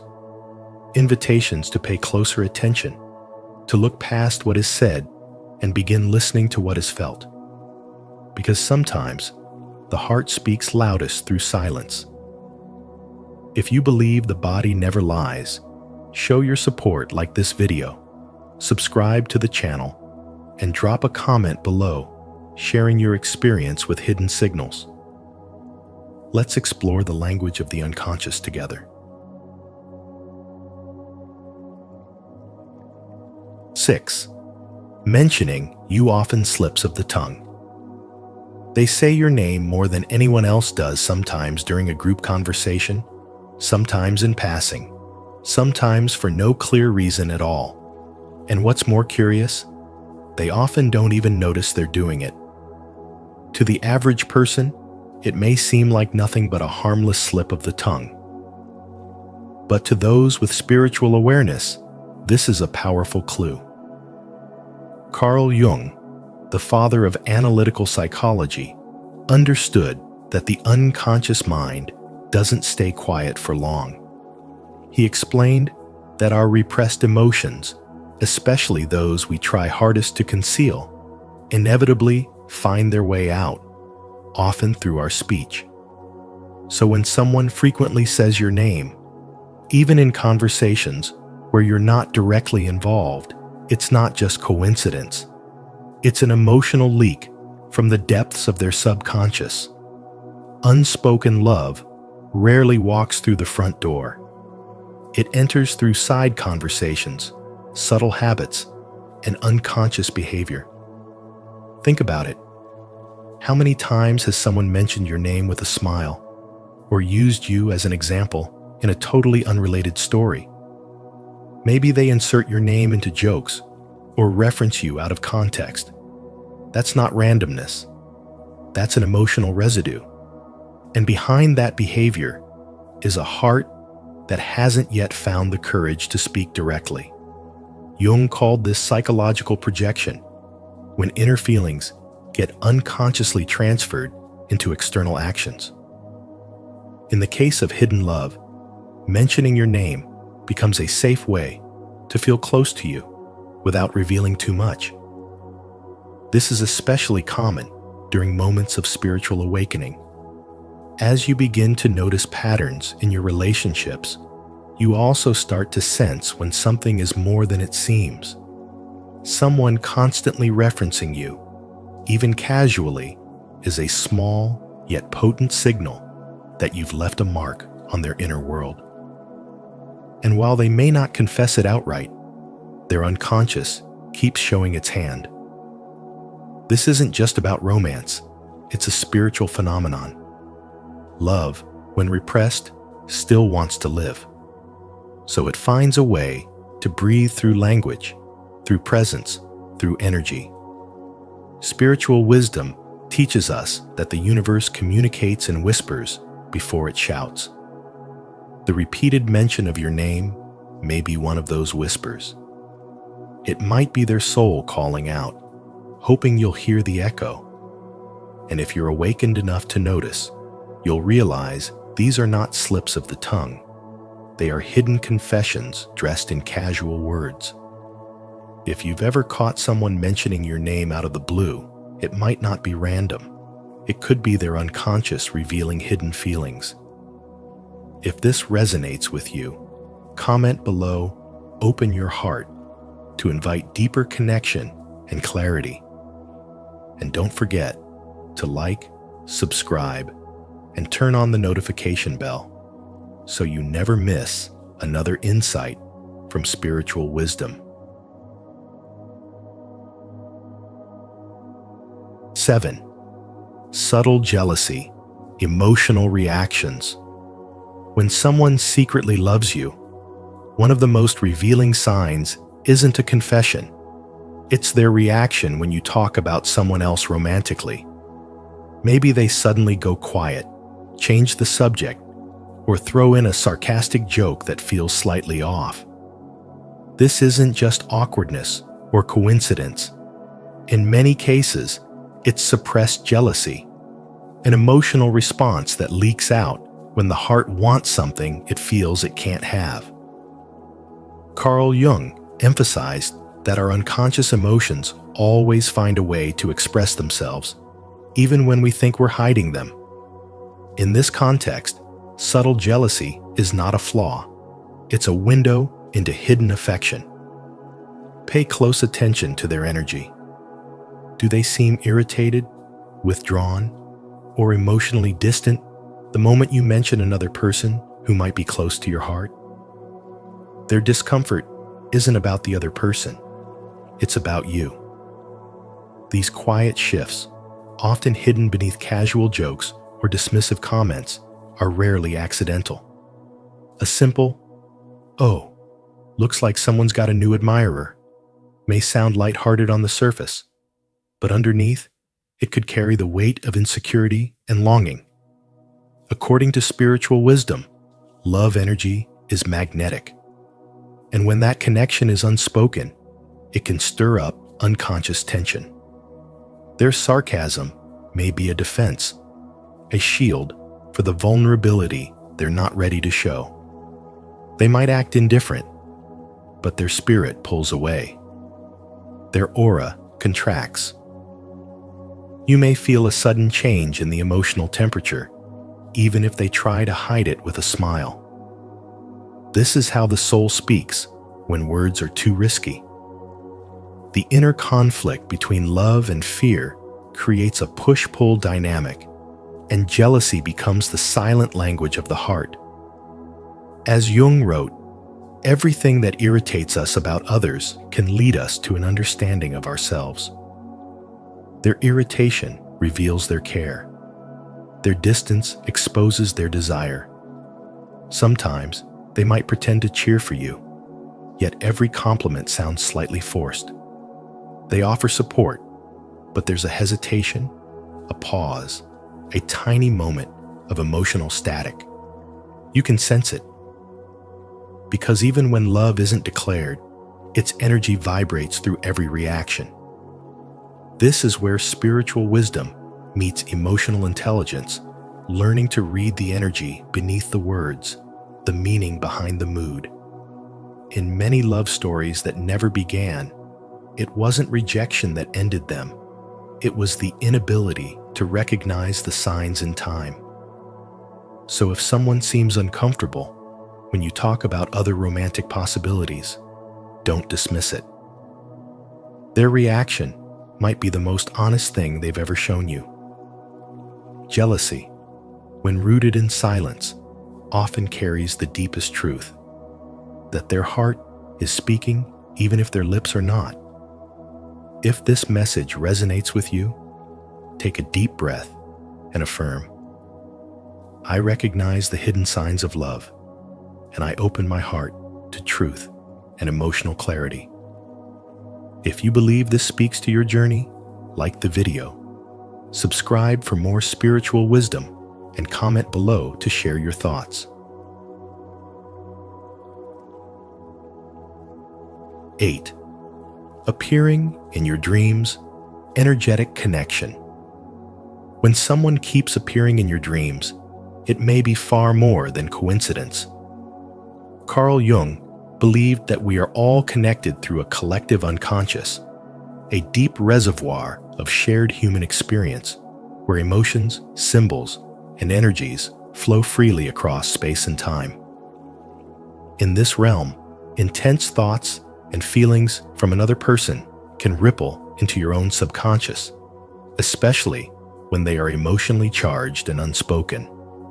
That means if someone is thinking of you often, especially with deep affection or longing, their energy might reach you through your dreams, even if they've never said a word. Dreams are not random illusions. They are messages encoded in metaphor and emotion, and sometimes those messages originate from beyond your own mind. Jung taught that when we sleep, the conscious filters drop away, allowing energetic impressions from others to reach us more clearly. You might feel the warmth of a presence, the ache of unresolved love, or the echo of a memory you didn't realize still lived in someone else's heart. When someone who secretly loves you is too afraid or unsure to express their feelings, that emotional tension can overflow into the spiritual space of dreams. Imagine this. Someone out there carries a silent affection for you. They replay old memories, wonder what you're doing, feel a tug in their chest when they hear your name. That energy doesn't vanish, it lingers, it travels. Your soul, more attuned than you think, might pick up on it. This is why a certain person may visit your dreams over and over, even when your waking mind has moved on. It's not always nostalgia. Sometimes it's a real-time signal of emotional energy moving toward you. These kinds of dreams are especially powerful when they occur during moments of change, vulnerability, or reflection. The dream may feel vivid, emotionally charged, or even strange, but it stays with you. This is the subconscious whispering a message you haven't yet received in waking life. Carl Jung believed that symbols in dreams often express what can't be said aloud, and that love, when denied its voice, will find another way to be heard. So when someone visits your dreams repeatedly, don't dismiss it. Ask yourself how the dream felt. Was there unresolved emotion? Was there peace? Was there longing? You might be receiving part of someone else's unspoken story, written in the language of energy, not words.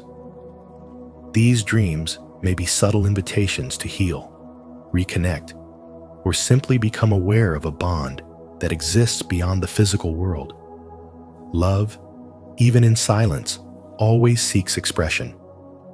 And sometimes, that expression arrives not through text messages or phone calls, but through the quiet poetry of your dreams. If this message resonated with your soul, drop a comment of faith. I trust in the unseen connection. What's meant for me is already finding its way.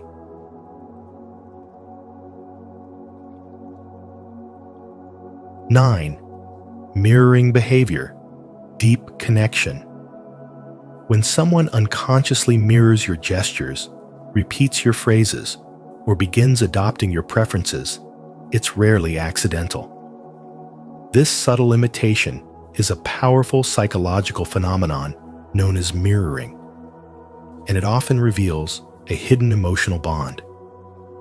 Carl Jung believed that when two souls resonate deeply, their unconscious minds begin to synchronize, creating invisible threads of connection that show up in behaviors most people overlook. A glance here, a shared expression there, these are not just coincidences. They're signs of a deeper energetic alignment. Mirroring happens when someone is emotionally invested, often without even realizing it. They cross their legs the way you do. They laugh the way you laugh. They start liking the things you like, not because they're trying to impress you, but because, deep down, your presence is shaping the rhythm of their inner world. Jung taught that the unconscious speaks louder than words, especially when repressed feelings seek a way out. In this case, love or deep admiration expresses itself through imitation. This is not just psychology, it's also energy. In the context of spiritual awakening, mirroring can be seen as an early sign of energetic synchronization between two people. When someone begins to reflect your emotional states, even your silence, it's because they're attuned to you on a soul level. Your calm relaxes them. Your joy uplifts them. Even your pain creates an echo in their heart. The mirroring becomes a quiet dialogue between two energies dancing in unison. Sometimes, a person may not have the courage to speak their emotions aloud, especially if they're unsure of your feelings. But their energy speaks volumes. Their actions, their shifts in behavior around you, and the way they subtly adapt to your presence all point towards something more meaningful. They don't just see you, they absorb you. This is how silent love often hides, not in confessions, but in reflections. Jung once said, "Until you make the unconscious conscious, it will direct your life, and you will call it fate." Mirroring is the unconscious becoming visible. And in the realm of human connection, especially where love is involved, that visibility is everything. If someone mirrors you, they are not just engaging with your external presence, they are responding to your essence. When you begin to notice these patterns in someone's behavior, don't rush to dismiss them. Instead, pause and observe. What you might be seeing is not imitation, but resonance. A sign that your soul has stirred something in theirs. A sign that beneath the surface, something real is unfolding quietly, instinctively, and deeply aligned with the spiritual truth that energy never lies. If you felt a deep resonance with today's message, don't forget to like this video, subscribe to Spiritual Wisdom, and turn on the notification bell so you never miss insights that awaken your soul. Comment below. I attract deep and meaningful connections into my life. 10. Wearing a persona, emotional masking. When someone secretly loves you but is too afraid to reveal their emotions, they often hide behind a carefully constructed mask, what Carl Jung called the persona. This persona isn't their true self. It's a social mask, a version of them shaped to avoid vulnerability. You may notice that around you, they act overly humorous, indifferent, or even emotionally inconsistent. These behaviors aren't random. They're shields. When emotions run deep but remain unspoken, a person may try to protect themselves from potential rejection by pretending not to care at all. That's why someone who secretly cares may laugh too loudly, joke too often, or suddenly shift the conversation whenever things get too personal. Humor becomes a defense. It allows them to stay close to you without risking the truth of how they really feel. They'll appear emotionally distant right after a moment of connection, not because they don't care, but because they care too much. The inconsistency you feel isn't about you. It's their internal struggle between the desire to express love and the fear of being exposed. Spiritually, this reflects a misalignment between the soul's longing and the ego's defenses. You may notice that this person swings between warmth and detachment. One day, they're present, engaged, even affectionate. The next, they pull away, seem distracted, or act like nothing matters. This push-pull pattern often confuses you, making you question whether their feelings are real. But according to spiritual wisdom, such behavior is often a sign of emotional suppression, not absence. The more intense the feelings, the greater the fear of losing control over them. Their persona steps in, not to deceive, but to survive emotionally. Sometimes, the mask slips. You might catch them looking at you just a second too long, saying something thoughtful, and then quickly brushing it off with a joke. These moments of authenticity are the soul's quiet rebellion against the mask.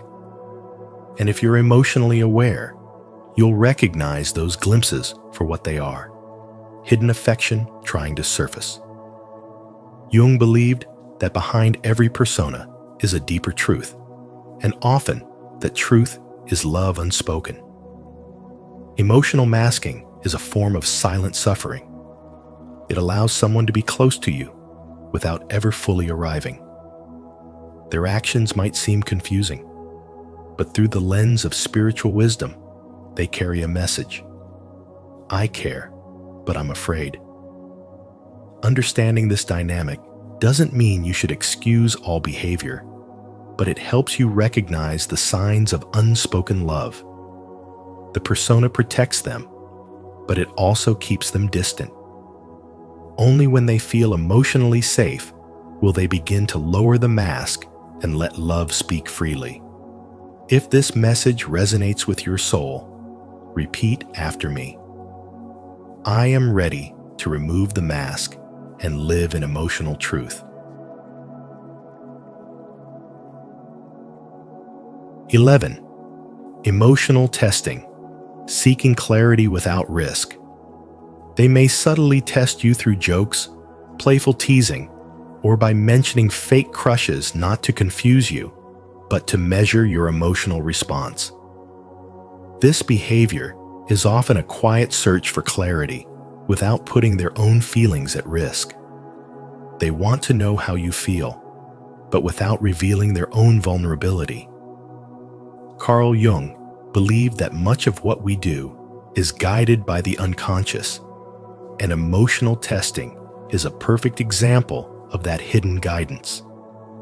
When someone is afraid of rejection, their mind will find clever, indirect ways to seek reassurance through casual words that seem harmless on the surface, but are loaded with deeper intent. You might notice them asking things like, "Do you think people like us could ever work?" Or, "Would you ever date someone who's a little like me?" These are not innocent questions. They're emotional probes. It's their way of checking if your door is even slightly open without having to knock directly. They pay close attention to how you react. A smile, a pause, even your tone of voice, all of it becomes data to them. This is how they try to protect themselves from rejection while still chasing connection. This dynamic plays out more often than we realize, especially in close friendships or work relationships. It's common for someone to mask real romantic interest with sarcasm or banter. They'll say, "Too bad I'm not your type." Or, "If I were your boyfriend, I'd never let you carry all those bags." These lines may seem funny, but they often hide a desire to know if they stand a chance in your heart. They're afraid to confess, so instead, they test. In many cases, this pattern reflects deeper emotional fear, often stemming from past wounds or unhealed insecurity. It's a push and pull strategy. They move closer with hints and humor, then pull back before getting too exposed. And if you respond coldly or with indifference, they quickly retreat, telling themselves it wasn't serious to begin with. But if you react positively, even subtly, it encourages them to come a little closer next time. Emotional testing becomes their silent way of navigating unknown emotional terrain. Carl Jung emphasized that unless we become conscious of these hidden behaviors, they will continue to rule our lives from the shadows. When someone emotionally tests you, it's not manipulation, it's self-protection. It's someone hoping you'll make it easier for them to open up. The need to test, to probe, to joke while watching your eyes, these are not signs of indifference. They are signs of secret longing, covered in cautious curiosity. If you've ever felt someone testing your emotions without showing theirs, you're not alone. If this message resonates with you, comment below. I trust the clarity God brings into my life. 12. Unspoken support, protective instinct. They may never say the words, but their presence speaks louder than any confession. When someone shows up during your darkest hours without being asked, without needing recognition, it reveals a kind of love rooted not in performance, but in protection. Carl Jung believed that the unconscious often expresses what the conscious mind is too afraid to admit. That means when someone repeatedly supports you in silence, it may be their soul acting on emotions they can't fully articulate. This isn't just compassion, it's unspoken devotion. You'll notice it in the little things, like how they check in when you're quiet, offer help when you're overwhelmed, or stand by your side when others walk away. They don't need to be the hero or hear your thanks. They just want to make sure you're okay. That's the protective instinct at work, a deep, energetic pull toward you. Spiritual wisdom teaches us that love often reveals itself not through dramatic gestures, but through quiet consistency. When someone chooses to protect your peace without asking for anything in return, they're showing you a love that comes from the soul, not the surface. This is especially true during a spiritual awakening, when the heart becomes more attuned to the energies around it. The people who consistently offer you shelter, emotional or physical, are often the ones spiritually connected to you.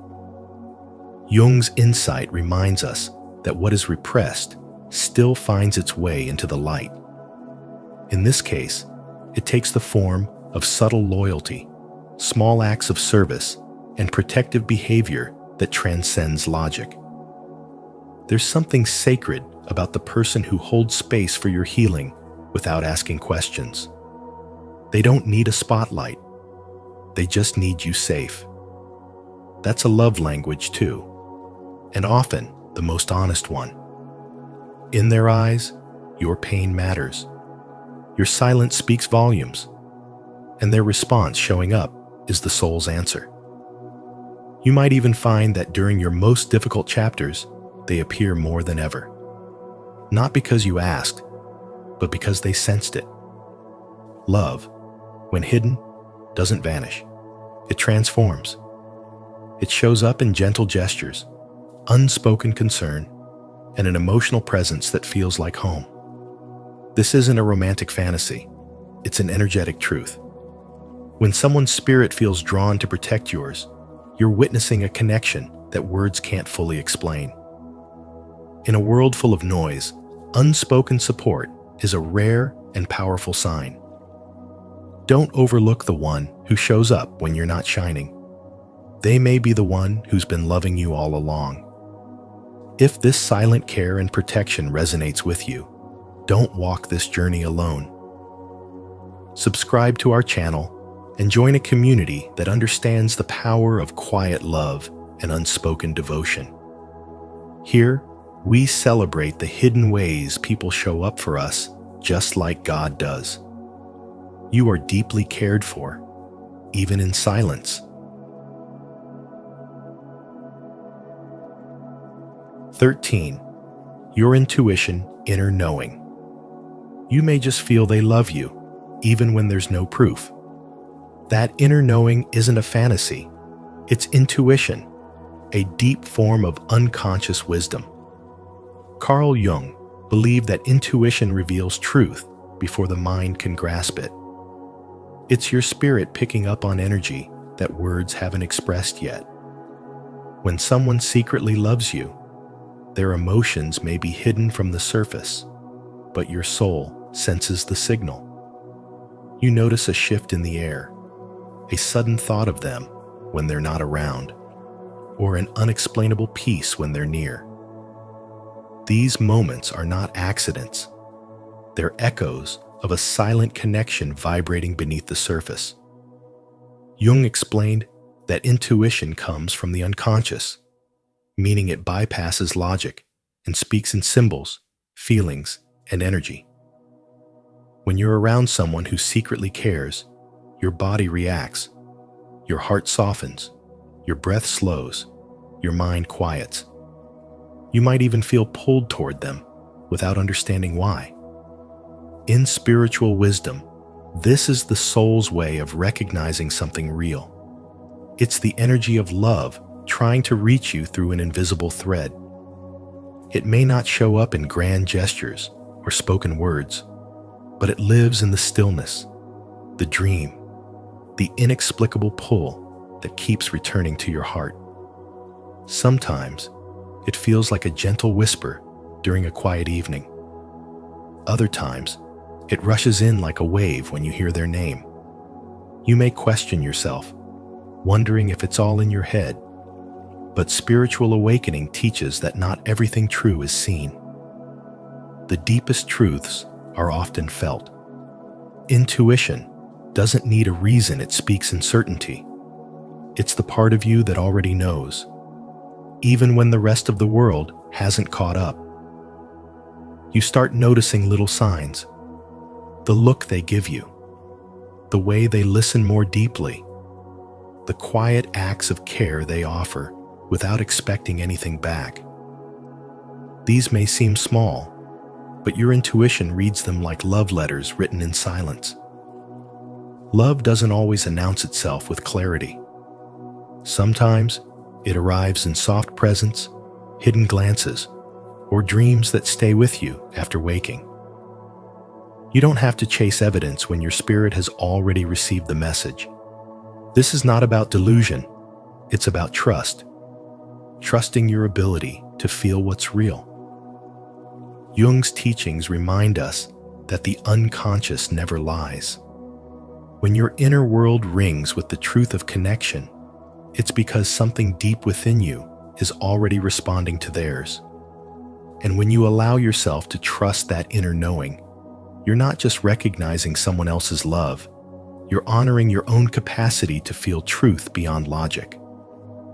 Because what's real doesn't always arrive in words. Sometimes it's the feeling that refuses to fade. To honor your inner knowing and trust the quiet voice within, declare it with faith. Comment below. I trust my intuition to affirm your connection to your higher wisdom and inspire others to listen to their own soul's guidance. So the next time someone lingers a little longer in conversation, remembers the smallest details about you, or lights up when you walk into the room, don't brush it off. Sometimes, love speaks in whispers, not words. And as Carl Jung taught us, the unconscious holds more truth than we often realize. If any of these signs resonated with you today, maybe it's time to look a little closer at the silent connections in your life. Don't forget to like this video, share it with someone who might need it, Subscribe to Spiritual Wisdom and turn on the notification bell so you never miss another moment of insight into the heart and mind. Love might be closer than you think.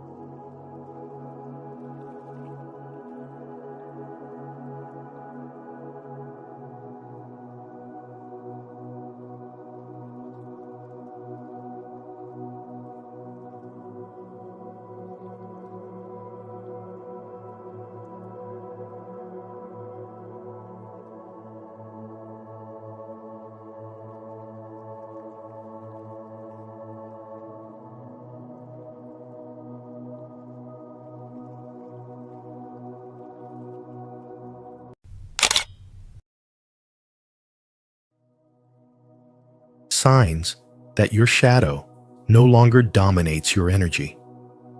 Until you make the unconscious conscious, it will direct your life, and you will call it fate. Carl Jung. Have you ever felt like a weight has lifted, even though nothing outside you changed? That quiet clarity, that inner stillness, these are signs your shadow no longer dominates your energy. In today's video from Spiritual Wisdom, we'll explore the powerful shifts that happen when you reclaim your light and integrate the parts of you once hidden. Comment below, "I am reclaiming my energy," if you felt this transformation or are ready to experience it. Let's dive deep into this sacred journey of healing and wholeness. Signs 1. Emotional independence becomes your new strength. Emotional independence becomes the silent foundation of your power. It's no longer something you chase, it simply becomes who you are. You don't need to perform confidence or convince anyone of your worth. You don't need to prove that you're healed. There's no more bending, shrinking, or overextending just to keep peace or earn love. When the shadow no longer dominates your energy, your reactions shift. You stop responding from the raw, unhealed parts of your psyche, the ones that once dictated your decisions, shaped your identity, and kept you locked in survival mode. Instead of reaching outward to fill the voids within, you turn inward, and you find that you are already full. You no longer seek love, validation, or safety from external sources. The people in your life no longer serve as emotional crutches or saviors to lean on. You no longer need to be rescued because you've rescued yourself. And so, your relationships transform. They stop being built on need, fear, or fantasy, and start being grounded in presence, truth, and mutual respect. You begin to give, not out of fear of loss or a desperate longing to be chosen, but from a place of genuine overflow. You stop giving in order to receive, and instead give because your heart is full, because you've met yourself so deeply that you have something real to offer. Those who once drained your energy begin to fade away, not through conflict, but through clarity. You don't cling to what depletes you anymore. You don't argue to be understood or chase to be seen. There's no longer a compulsion to fix what is broken or to mend every bond that once held significance. You learn that not everything is meant to be saved, and not everyone is meant to stay. Letting go is no longer terrifying. It becomes a sacred act of self-trust. You release with love, not because you're cold or disconnected, but because you've stopped confusing attachment with intimacy. You understand now that love built on fear is not love, it's survival. Where there was once a hunger for emotional chaos, those addictive highs and lows that once felt like passion, there is now a reverence for peace. You stop interpreting silence as rejection or stillness as stagnation. You no longer feel the thrill of instability. Instead, you long for depth, for consistency, for the quiet comfort of emotional safety. Anxiety no longer passes as excitement. Turbulence no longer feels like connection. What you once called love now feels like noise, and you no longer invite it into your sacred space. You've healed the inner wounds that once aligned with dysfunction, and because of that, your energy no longer seeks chaos, it seeks clarity. You begin to trust yourself more deeply than ever before. The noise of other people's opinions, which once shook your foundation, now feels irrelevant. You're no longer scanning the room for cues on how to bring your own truth into every space you enter. You no longer dim your light to stay small, and you no longer inflate your presence to feel important. You simply exist, whole and grounded, unshaken and unapologetic. You stop performing for love. You live in your truth. You breathe in your worth. There is no need for validation because you found it within. Letting go no longer feels like loss. It feels like liberation. You've stopped waiting for apologies in order to forgive. You've stopped needing closure from others in order to move on. You've learned to give these things to yourself. Forgiveness becomes a gift you offer to your own soul, not to let the past off the hook, but to unchain yourself from the weight of carrying what was never yours. You no longer need someone else to understand your pain in order to heal from it. You understand yourself. That's enough. And so, you release, not to forget, but to return to who you truly are beneath the burdens you've carried. This transformation isn't something you post about or announce. It's not loud. It's not for show. It doesn't beg to be seen. It's felt. It radiates from your presence in quiet, powerful waves. Your energy becomes softer, but more potent. Your boundaries become firmer, not out of fear, but out of reverence for your peace. You don't need to raise your voice to be heard. Your stillness speaks volumes. You don't need to convince anyone of your worth, because your life becomes the evidence. You simply live it, authentically, unapologetically. If this resonates with your journey, declare it now. Comment below, "I am whole within." Let this become your affirmation, your anchor. And if someone you love is walking the same path, share this message with them. Healing is contagious, especially when it's shared in love. Signs 2. True transformation is quiet and internal. True transformation unfolds not with noise, but in sacred stillness. It doesn't come dressed in declarations or dramatic reinvention. Instead, it emerges quietly, like a soft breath returning to its source. You don't become someone new. You begin to remember who you've always been. The masks you once wore no longer feel necessary. The roles you used to perform lose their grip. You feel lighter, not because you've gained anything, but because you've finally released what was never yours to carry. When your shadow no longer dominates your energy, you stop reacting from old wounds. The pain that used to hijack your emotions no longer has the same access to your nervous system.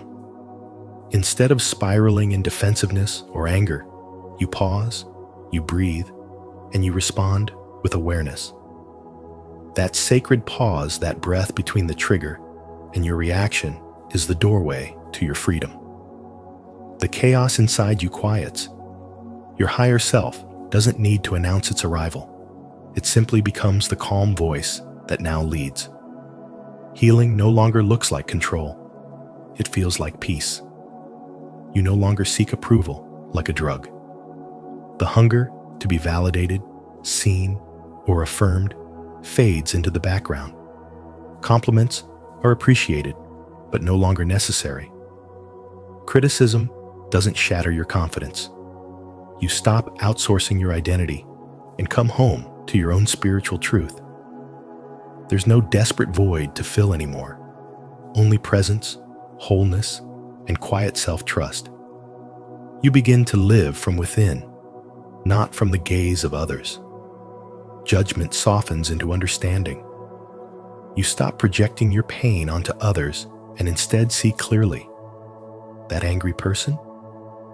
You see the bruised heart beneath the rage, the arrogant one. You recognize the insecurity trying to be hidden, the one who hurt you. You see the scared child behind their cruelty. Your shadow no longer needs to pick fights. It now helps you see with compassion. What used to trigger you now teaches you. You become unshakable, not because you've become hardened, but because you've become softer in your seeing. The fear of your own darkness dissolves. You no longer run from discomfort or pretend to be perfect. You sit with your jealousy, your sadness, your shame, not to indulge them, but to understand them. You stop disowning parts of yourself just to appear healed. The shadow is no longer your enemy. It is the exile you've invited back home. And as you integrate what was once fragmented, you become whole. In the silence of that inner reunion, your spirit breathes deeper. You stop performing. You no longer fake joy or force positivity. You don't chase the light. You rest in the truth that you've been it all along. Life doesn't have to be perfect for you to feel peace. You're no longer carrying the weight of trying to be someone you're not. This isn't bypassing pain. It's embodying presence. The energy you carry becomes still, steady, clean. You're not pushing.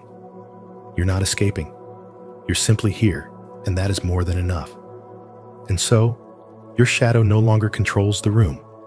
It no longer screams or hides. It sits beside you, no longer your master, but your teacher. This is the sacred reconciliation. This is what it means to awaken. If these words find your soul, let them anchor you deeper into your truth. Comment below, "I return to my true self," and let the world feel the quiet power of your transformation. Signs. 3. You detach from your past and no longer identify with your story. You no longer carry the weight of your past as your identity. The stories that once shaped your pain no longer define who you are. You can look back without flinching, without needing to justify your choices or explain your wounds.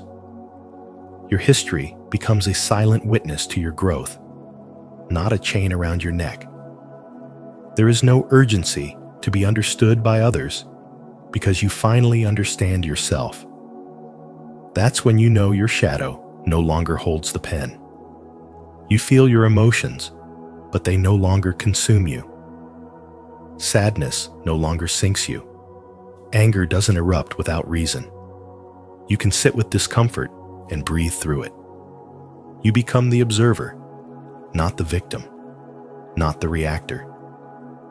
A triggering situation that once spiraled into chaos now meets a quiet strength in you. You take a pause, you stay present, and you respond with wisdom rather than from your wounds. That subtle shift, that's real power reclaiming itself. You stop needing validation. You don't need applause for your peace or approval for your path. The old craving for recognition fades. You don't need to post your growth, argue your decisions, or prove your progress. You simply live it. You become grounded in who you are, even when no one's watching. That silent confidence speaks louder than any defense. You are no longer proving your worth. You are embodying it. You also stop reenacting your pain through other people.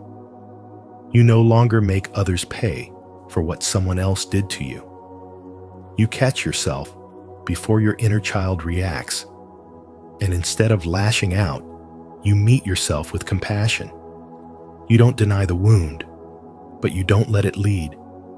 And when something hurts, you ask what it's teaching you, not who to blame. That's when healing becomes a habit, not a performance. Power is redefined. It's not how loudly you speak, how many follow you, or how hard you fight. It's how still you can stay in the face of noise. It's how little you now need to win an argument to feel whole. It's how freely you can walk away without feeling abandoned. True power is presence. It's sovereignty over your energy. And that is the deepest sign that your shadow no longer dominates you. This transformation isn't loud. There's no grand announcement. It happens quietly in the pauses you take, in the emotions you hold without acting on, in the peace that no longer needs to be proven. When you no longer chase validation, no longer cling to old identities, and no longer let pain make your choices, that's when you know. Your shadow has been seen, heard, and finally integrated.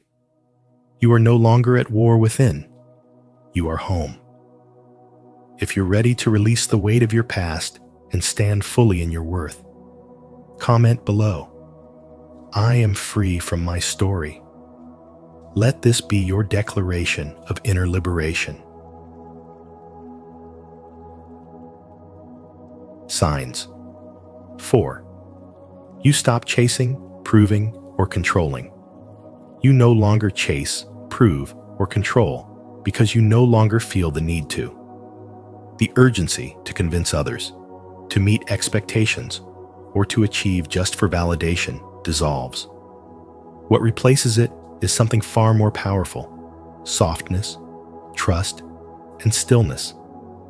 You are no longer moving from lack, fear, or past wounds. You are flowing from alignment. This shift is not about becoming passive.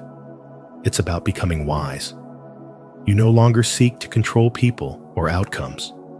You understand that clarity comes not from force, but from presence. You trust life, not because it always makes sense, but because you've made peace with not needing to control every detail. You stop performing roles that drain you. You no longer shapeshift to gain approval. Instead, you allow yourself to just be. There's nothing left to prove because your energy no longer revolves around winning love or earning worth. You speak less to defend yourself and more to express truth. You show up not to please, but to connect. You walk away from spaces that require you to shrink. You choose relationships that match your healing, not your history. You rest, not because you're lazy, but because you finally know you're enough. And in this new space of being, life responds to you differently. You attract opportunities and people that resonate with your healed frequency. your peace becomes magnetic. Your silence speaks. You're no longer pulled into chaos because you no longer carry chaos. You let go without resentment. You stay without attachment. Your presence becomes your protection. The maturity that is unfolded within you cannot be faked. It is earned through depth, reflection, and inner work.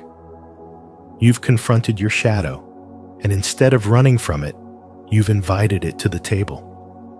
You've made peace with your past and no longer let it narrate your future.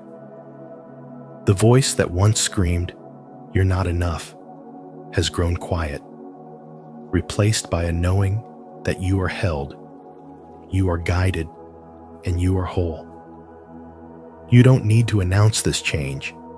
It reveals itself in how you walk into a room, how you handle silence, how you no longer over-explain. You've stopped fighting for space because you've become the space. You've stopped needing to be seen because you see yourself. You've stopped needing to be loved because you are love in motion. This is what happens when the shadow no longer dominates your energy. Your life no longer runs on urgency, fear, or ego. It flows with intention, truth, and grace. You have nothing to hide, nothing to prove, nothing to force. Just clarity, just presence, just peace. If this message resonated with your spirit, comment below. I choose trust over control. I flow with grace and clarity. Let this be your gentle declaration of inner maturity. And don't forget to like, share, and subscribe for more soul-deep wisdom. Signs 5. You align your energy with truth and authenticity. You align your energy with truth and authenticity. You no longer act from a place of fear, anxiety, or urgency. Instead, your actions are rooted in inner clarity. You are no longer rushing to fix things, chasing outcomes, or trying to control how others perceive you. There is a stillness to your choices now, a deliberate calmness that comes from within. This shift is not loud, but it is powerful. When your energy is no longer shaped by fear or wounds, your entire vibration begins to change. You act from presence, not pressure. From self-respect, not desperation. The decisions you make are no longer about seeking safety in others, but about honoring your alignment. You stop trying to prove yourself. You no longer over-explain, overshare, or overcommit. You begin to conserve your energy for what truly matters. And that shift becomes magnetic. People may not understand it, but they feel it.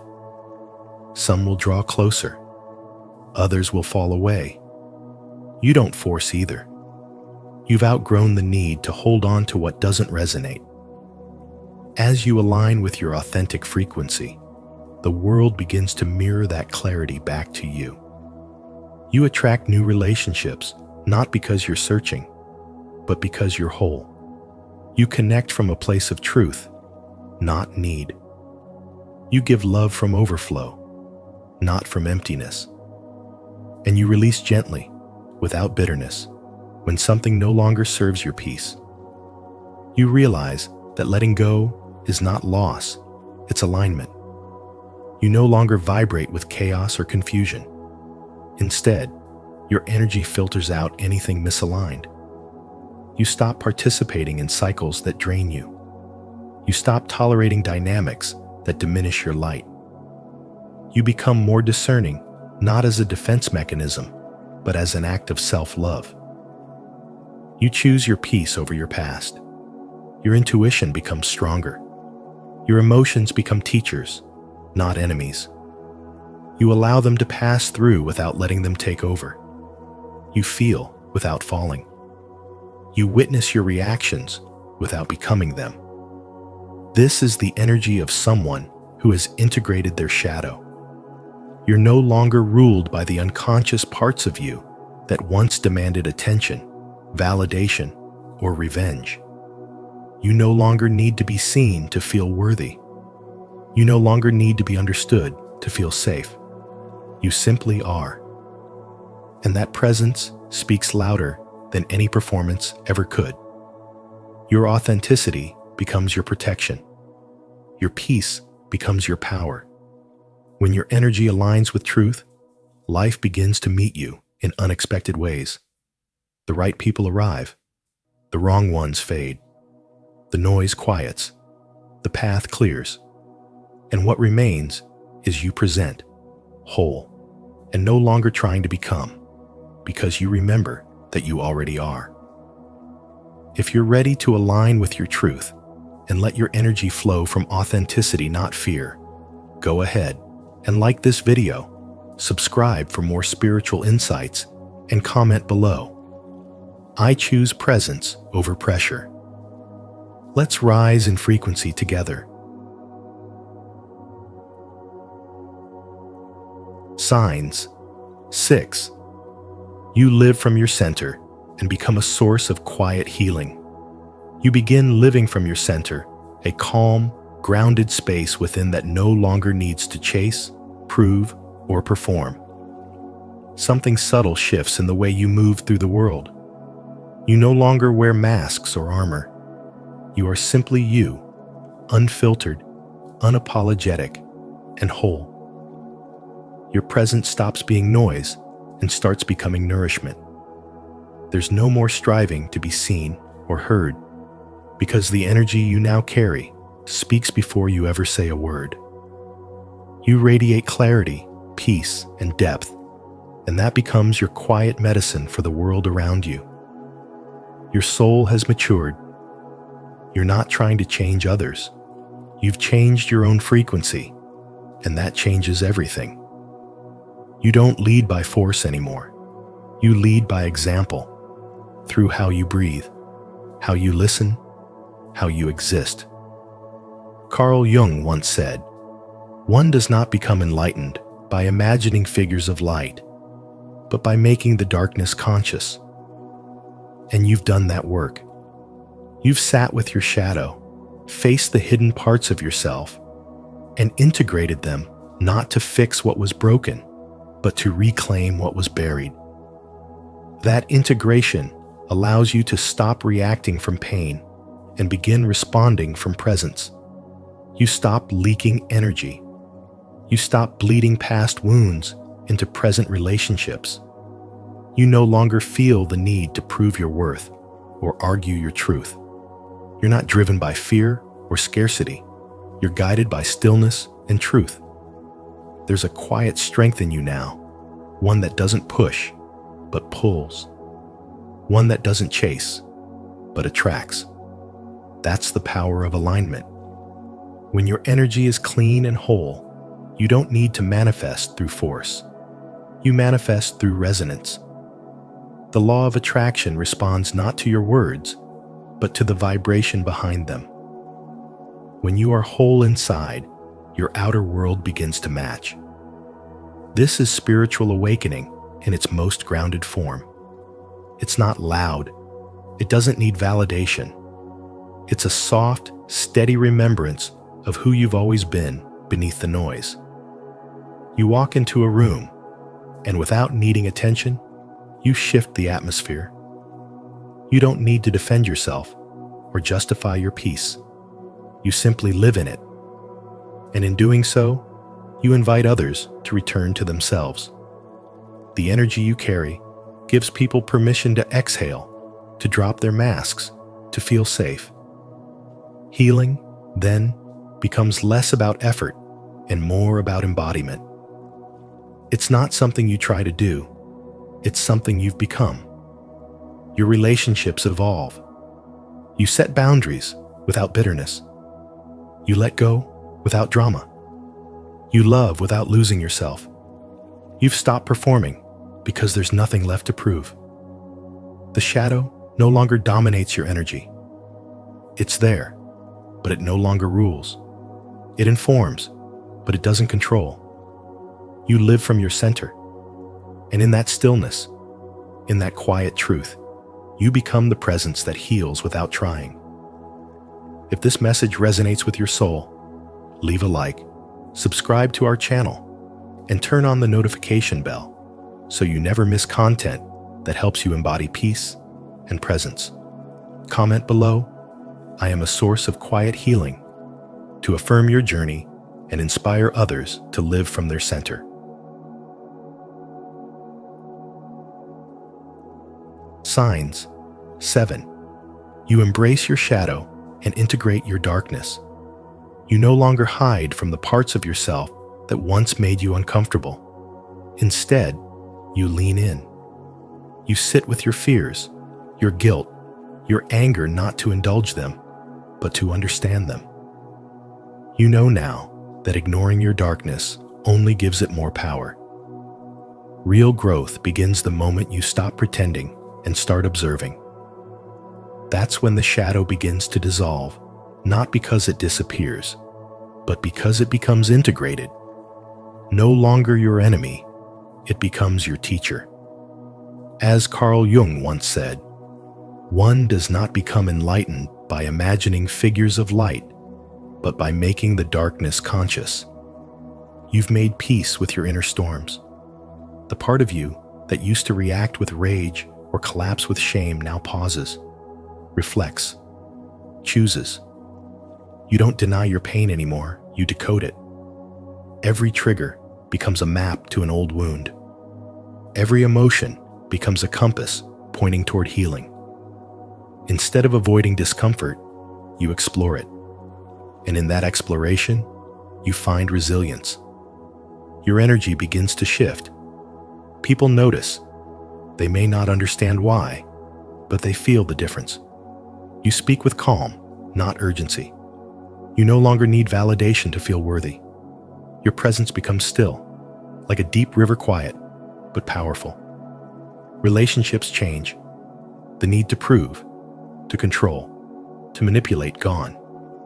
Now, you connect from a place of balance, not brokenness. You no longer expect others to carry your emotional weight. You carry your own with grace. The conversations you have with yourself become more honest. You stop gaslighting your own intuition. You trust your inner knowing more than the noise of the world. And when conflict arises, you no longer feel the need to win. You want to understand. That shift alone is proof that the shadow no longer owns your reactions. You're not trying to look strong anymore. You are strong because you've embraced what once weakened you. You begin to forgive. Not because others deserve it, but because you do. Holding on to resentment costs too much energy, and you've learned to guard your peace like it's sacred because it is. You walk away without bitterness. You say no without guilt. You choose solitude without fear. This is not indifference. This is sovereignty.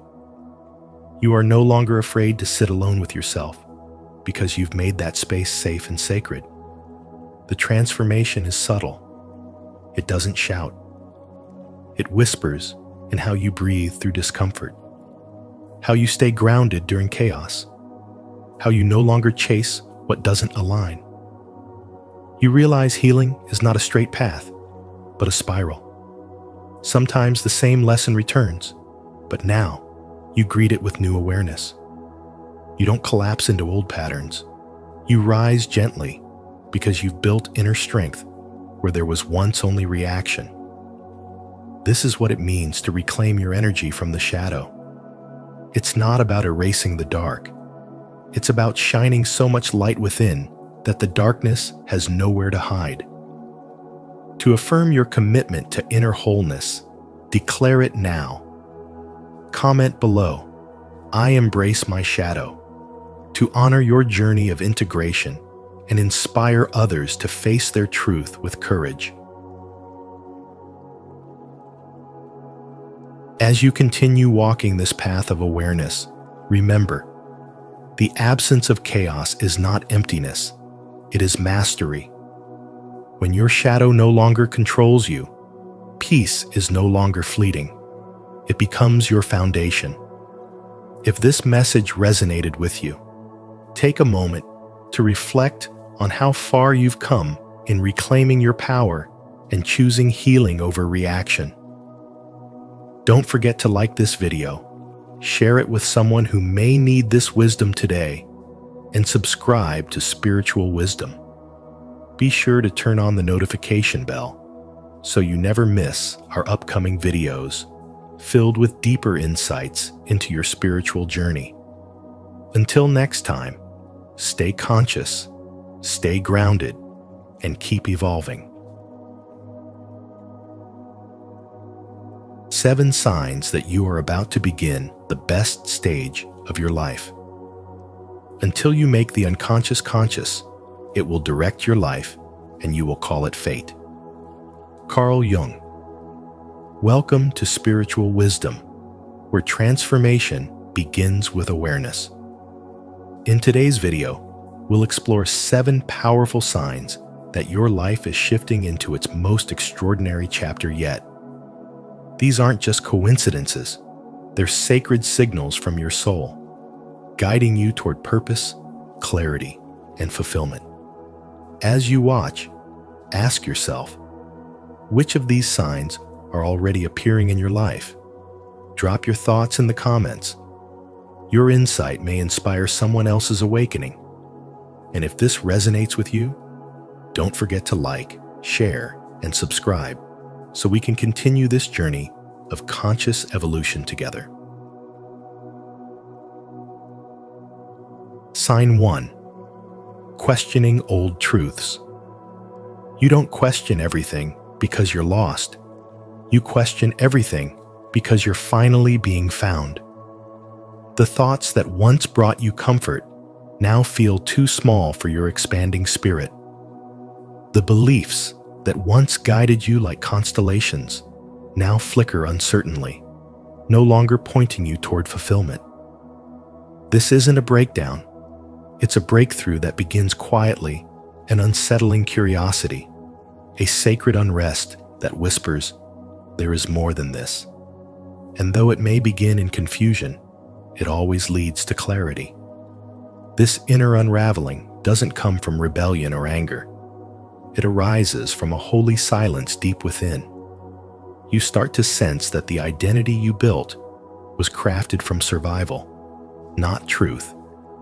What once defined you, your career, your family role, your ambitions, begins to feel like scaffolding around a soul that's ready to breathe freely. The mind resists, clinging to familiar logic, but the soul yearns for what's real. And so, piece by piece, the illusions fall away, not because you are failing, but because you are awakening. Carl Jung referred to this inner dismantling as a symbolic death, a necessary process of the psyche shedding its masks so that something truer can emerge. This death isn't the end. It's a sacred rite of passage. As your goals collapse and your values shift, what's actually happening is spiritual purification. Everything that is not aligned with your essence must be released. The life you built while you are half asleep cannot contain the fullness of who you are when fully awake. This spiritual clearing strips you bare. You may feel exposed, vulnerable, even lost. But what you are truly experiencing is rebirth. You are learning to walk through life without armor. You are being prepared to live from intuition, energy, and soul-aligned truth rather than fear, conditioning, and external expectation. In the void left behind, you'll begin to sense the magnetic pull of something deeper, something that calls not to your mind, but to your vibration. That is the law of attraction at work. Your energy is rising, even when your emotions feel heavy. There may be days when the disorientation makes you question your sanity, but what's really happening is that your soul is rewriting its agreement with life. You are no longer willing to settle for stories that shrink you. You are stepping into alignment, into the vibrational truth of who you were always meant to be. You are choosing authenticity over approval, inner peace over performance, divine alignment over societal validation. And that's why this moment, painful and uncertain as it may be, is holy. Every unraveling is sacred. Every collapse is coated with potential. This is how you begin the best stage of your life, not by constructing a new version of who the world wants you to be, but by clearing away everything that is not truly you. You are not falling apart. You are falling into the truth. If you're experiencing this inner unraveling and feel the sacred shift within, comment below. I release old truths to awaken my real self. Let this be your affirmation and your invitation into deeper clarity. Sign 2. Disconnection from your former self. You start to notice that the world you once found familiar no longer feels the same. The people you used to laugh with, the routines that once felt grounding, and the small pleasures that used to bring comfort now seem distant, almost like echoes from another lifetime.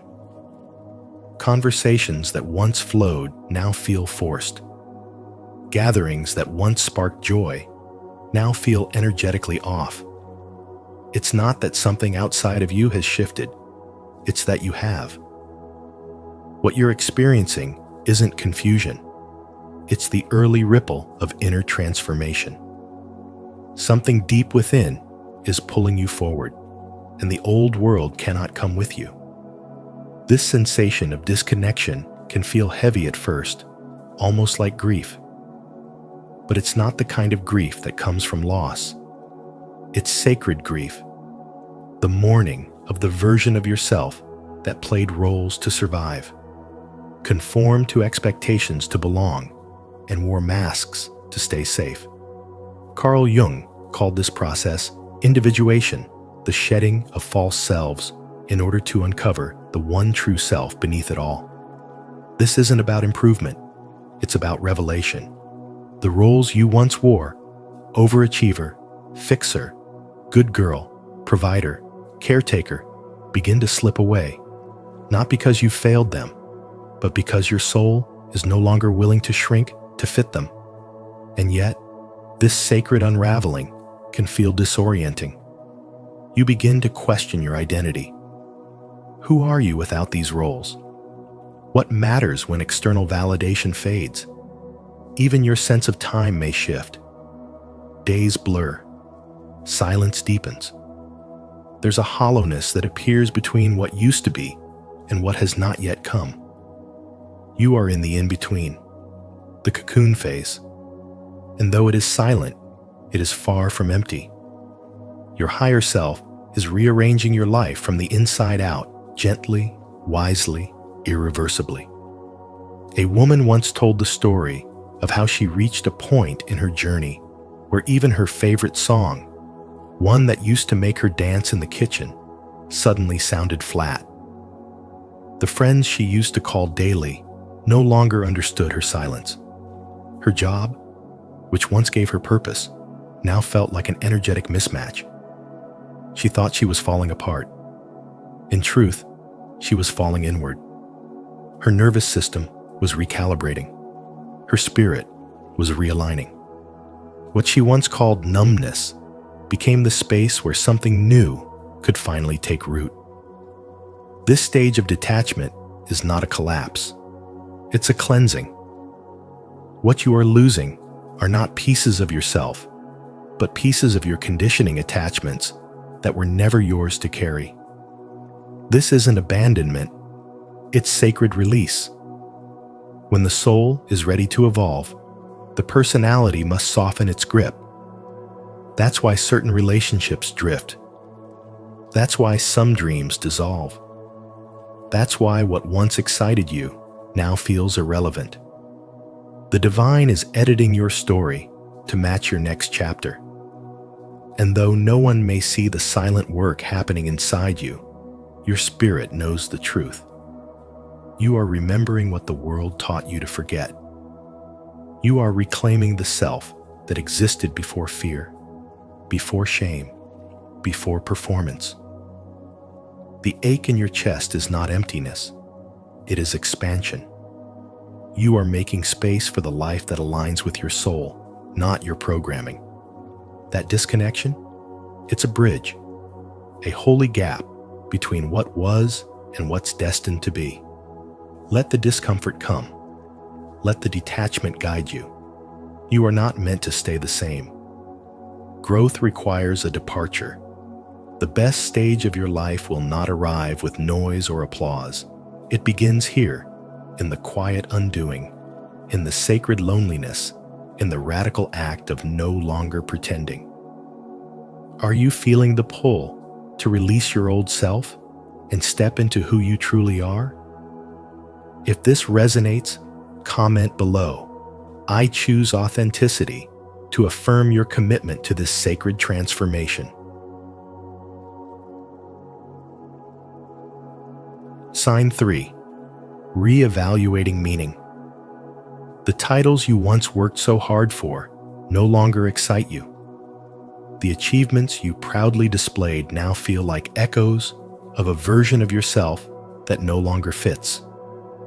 Even the praise and approval from others, once a source of validation, has lost its flavor. This isn't a sign that something is wrong. It's a sign that something deeper within you is waking up. You're no longer willing to live just for appearances, for gold stars, or for applause. You crave something more real, more nourishing to the soul. You start to look inward and wonder, what truly fulfills me? What kind of life would feel alive from the inside out? These questions aren't signs of confusion. They are signs of growth. Your soul is calling you back to its original truth, and for the first time, you are listening. The shift doesn't always come with a grand announcement. Sometimes it begins quietly. You find yourself no longer interested in conversations that once entertained you. You begin to sense the shallowness in relationships where depth never existed. There's an inner nudge, a persistent feeling that says, this isn't it. There's more. Carl Jung once observed, thoroughly unprepared, we take the step into the afternoon of life, but we cannot live the afternoon according to the program of life's morning. You are now stepping into that afternoon.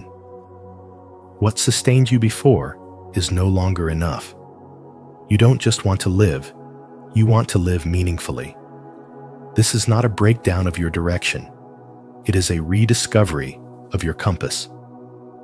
As you realign, you may find certain people slowly fading out of your life, not because of arguments or drama, but simply because your energy no longer matches theirs.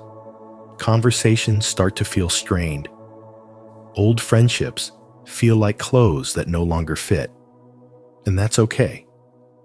When your vibration rises, anything not aligned with your new frequency will begin to fall away. The universe isn't punishing you, it's making space. The right people, the ones who mirror your depth and speak your soul's language, will begin to appear. They won't need explanations. They'll feel like home. This stage of reevaluating meaning can feel lonely at times, but it is profoundly sacred. It's in this silence, this stripping away of distractions and false identities, that you finally meet yourself. You discover that peace was never in the achievement or the applause, it was always waiting quietly inside you. And now, you are becoming still enough to hear it. You stop chasing and start aligning. You stop performing and start being. The world might not understand this version of you, but for the first time, you do. You no longer need to explain your decisions to anyone. You no longer need permission to follow your soul. There is a quiet power in this knowing. It's the beginning of the best stage of your life, not because everything outside of you is perfect, but because everything inside of you is finally real. If this message resonates with where you are on your journey, leave a comment of faith. I trust my inner compass is guiding me to true fulfillment. Let your words be an affirmation of the deeper meaning unfolding in your life. Sign 4. Awakening of intuition. Something within you begins to shift. You no longer feel the need to explain every decision with logic or justify your instincts with evidence.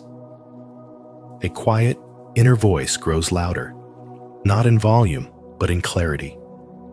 What once seemed like subtle hunches now speak like sacred instructions. This is the beginning of your intuition awakening. It doesn't shout, it doesn't force yet somehow. It overrides the noise of the world. When you start living from this place, you are no longer navigating life through external maps. You are being led by an inner compass that aligns with divine truth. You begin to make choices not from fear or pressure, but from resonance. You feel drawn to certain people, places, or opportunities without always knowing why. There is no spreadsheet that explains it, no checklist that validates it, but your body knows. Your spirit knows. That pull in your chest, that tightening in your stomach, that lightness when something feels right, all of it becomes data in a new kind of wisdom system. One rooted in energy, not intellect. One guided by spirit, not survival. You notice that your sensitivity to subtle cues increases. The words people don't say begin to matter as much as the ones they do. You sense energy shifts in rooms. You detect misalignment without needing confrontation. You begin to feel when something is off, even if it appears perfect on the surface. And instead of second-guessing yourself, you honor that awareness.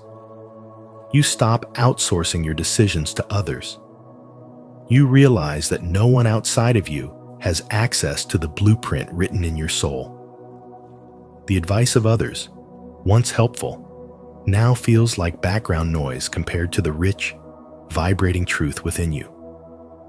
The soul does not speak in linear language. It speaks in symbols, sensations, and sacred silence. Intuition becomes the translator between your human self and your divine path. The more you trust it, the more magnetic your life becomes. People, events, and synchronicities begin to flow into your world, not because you're chasing them, but because you're aligned with your essence. And that alignment is powerful. It reorders your reality.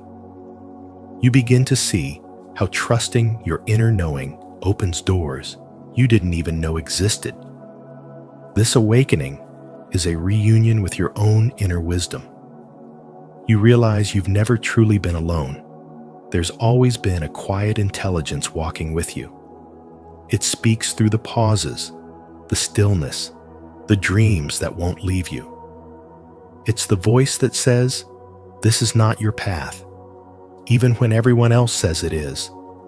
It's the force that gently but firmly redirects you when you try to settle for less than you deserve. It is the truth of who you are, unshaken, untamed, and deeply connected to divine guidance. In this state, clarity becomes a feeling, not a conclusion. You stop analyzing so much and start listening more. You pause before making decisions, not out of hesitation, but reverence. You allow space for the answer to rise from within. And when it does, it comes with peace. Not excitement, not adrenaline. Peace. That calm knowing is the marker of your new path. It is how your soul says yes. As this intuitive power deepens, your energy changes. You no longer entertain confusion. You no longer force what doesn't flow. You no longer pretend you don't know what you know. You stand in the quiet fire of your awareness and let it burn away anything false. And in its place, your truth rises, fully, clearly, unapologetically. This is the language of your next chapter, one that doesn't demand to be understood by others, one that only needs to be trusted by you. If this message awakens something within you, follow your inner guidance and subscribe for more spiritual insights on trusting your intuition and living from your soul. Your inner wisdom is speaking. Don't ignore it. Sign 5. Longing for true growth. A sacred fire begins to rise inside of you, and it's not the kind that seeks applause or shallow improvement. It's a deep yearning for true transformation. You're no longer satisfied with cosmetic changes or motivational fluff. You want the real thing. This longing isn't about adding new layers to your identity, but peeling them away. You're not interested in becoming someone else. You're finally ready to return to who you've always been. What stirs in you now is a hunger for expansion that goes far beyond the surface. You're beginning to feel that growth is not about accumulation, but remembrance. The kind of growth you're entering doesn't feel glamorous. In fact, it often feels raw and quiet. You start seeking wisdom instead of validation. You begin to look at your wounds not as scars to hide, but as sacred symbols of survival and initiation. Your trauma no longer defines you. Instead, it refines you. The more you understand your pain, the more you see how every difficult moment has shaped the soul you carry now. You no longer chase healing as a way to fix yourself. Instead, you see healing as a path to integrate the truth of who you are. Carl Jung wrote, "One does not become enlightened by imagining figures of light, but by making the darkness conscious." You understand this now, in your bones. You don't want to escape your shadow. You want to work with it. In this season, everything starts shifting. You stop asking, "What can I achieve?" and start asking, "What can I release?" You stop performing. You stop pretending. You stop over-explaining yourself to people who were never meant to understand you. You feel an inner shedding, like autumn trees letting go of their leaves, not because they are dying, but because they are preparing for a stronger bloom. The same is true for you. You are shedding old roles, outdated beliefs, and false versions of yourself that were created only to survive in a world that didn't see your essence. Now, your soul is done surviving. It wants to live. And that living begins with purpose. Not the kind that's broadcast for status or praise, but the kind that anchors you in peace and pulls you toward meaningful impact. You no longer ask, "How can I succeed?" but rather, "What am I here to serve?" You begin to feel the quiet certainty that your mission is sacred. It may not make sense to others, and it may not follow a linear path, but it feels right. You don't need a map. You have a compass now. That compass is your inner alignment. That is the true north of your soul. Take, for example, a man who spent 15 years building a career in finance. He had the house, the car, the reputation, but he was deeply empty. One day, while volunteering at a local shelter, he realized something. Helping others brought him more joy in one day than his entire career had in years. He eventually left his high-paying job to create a program that helps at-risk youth learn financial literacy and emotional resilience. He didn't just change careers. He remembered who he was. That moment of awakening wasn't an accident. It was the sacred fire answering his inner longing. This is what your soul is craving.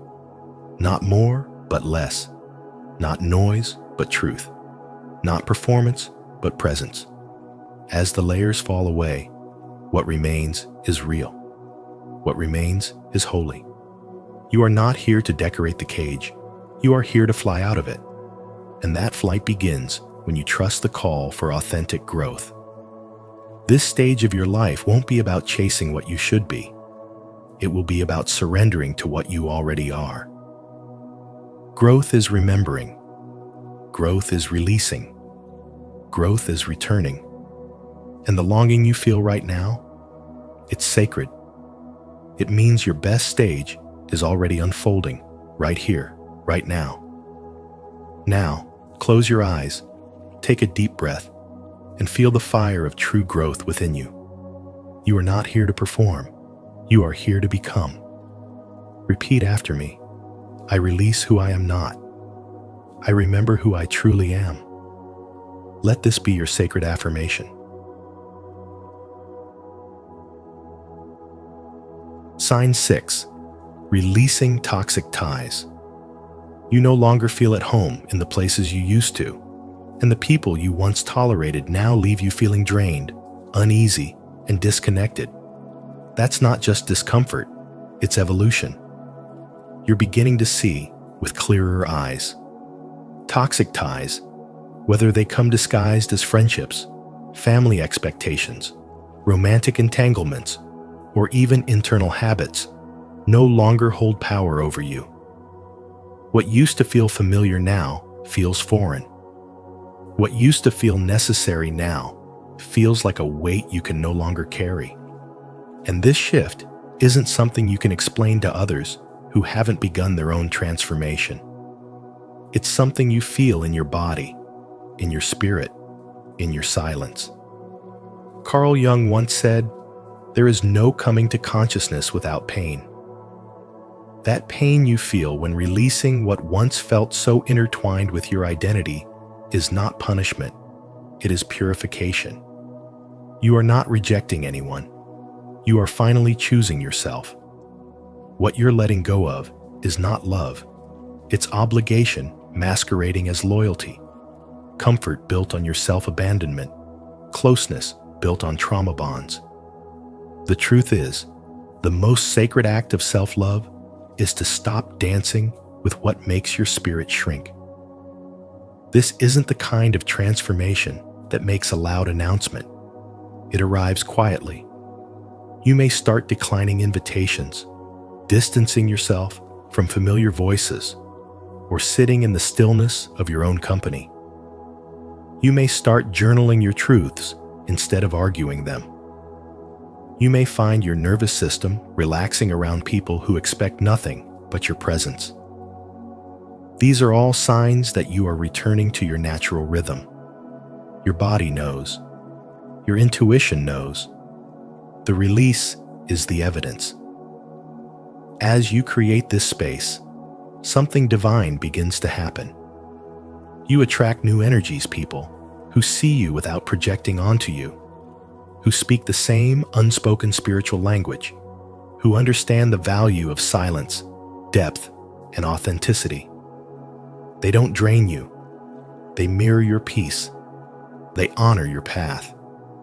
And when they appear, you won't feel the need to explain yourself, to filter, or to shrink. You'll just know, this is resonance, not resistance. This is flow, not force. Still, the shedding will come with grief. You'll grieve the parts of yourself that tolerated too much.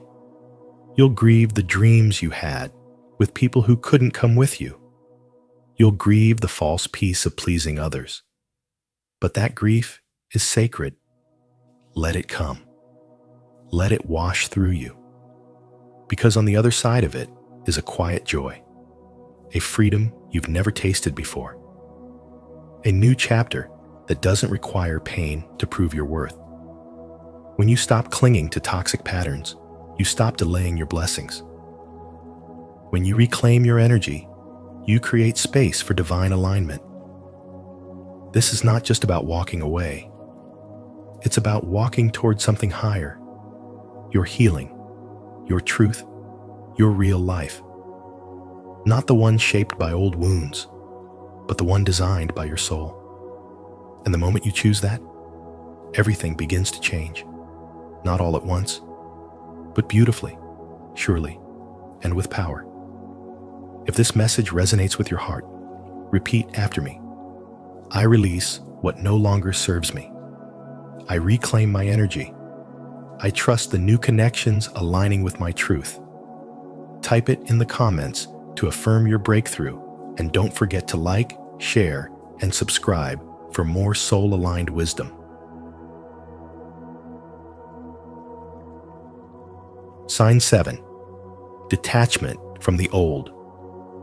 You begin to feel a quiet shift, one that doesn't announce itself loudly, but moves through your life like a soft breeze clearing the dust. People, habits, and even dreams that once held weight in your heart begin to feel distant, like echoes of an old version of yourself. But this detachment isn't born of resentment. It isn't cold. It's clarity. What once consumed your emotions no longer holds power because you've outgrown it. The conversations that once excited you now feel draining. The routines you used to cling to for comfort feel limiting. It's not because life is becoming empty. It's because your soul is expanding, and anything that doesn't match your new frequency naturally fades. You start noticing how familiar things lose their meaning. The comfort of the known gives way to the pull of the unknown. And it's not a loss, it's a sacred subtraction.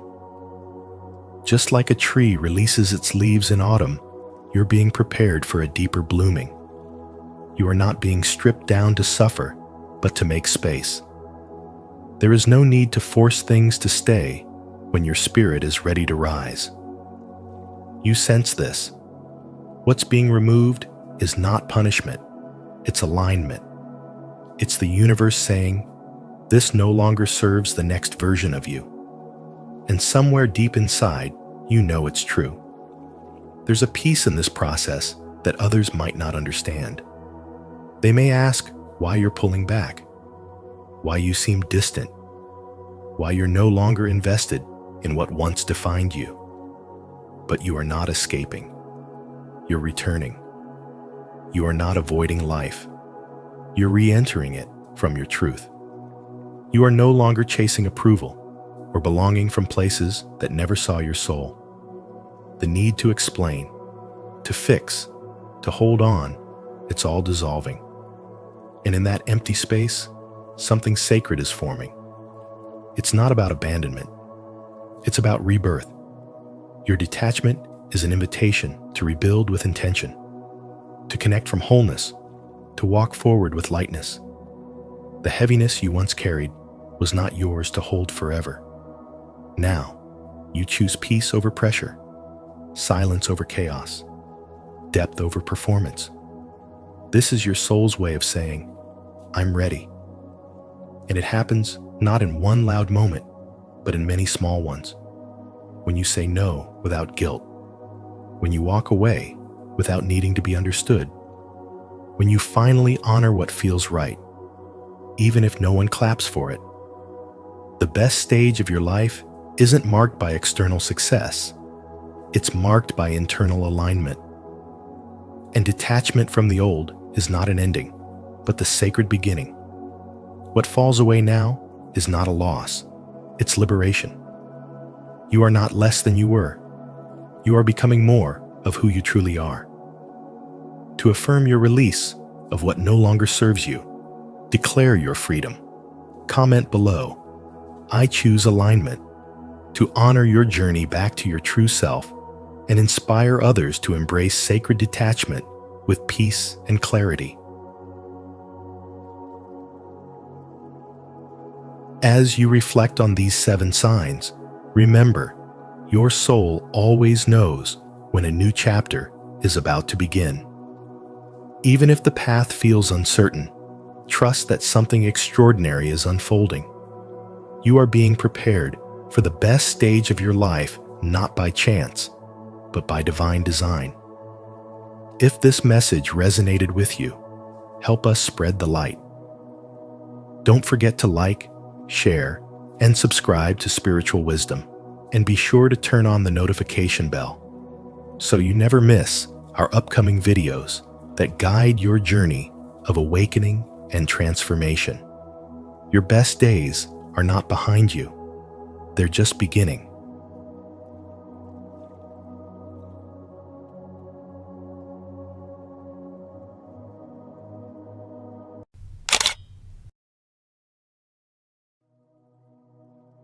"13 signs your aura is too powerful for most people to handle."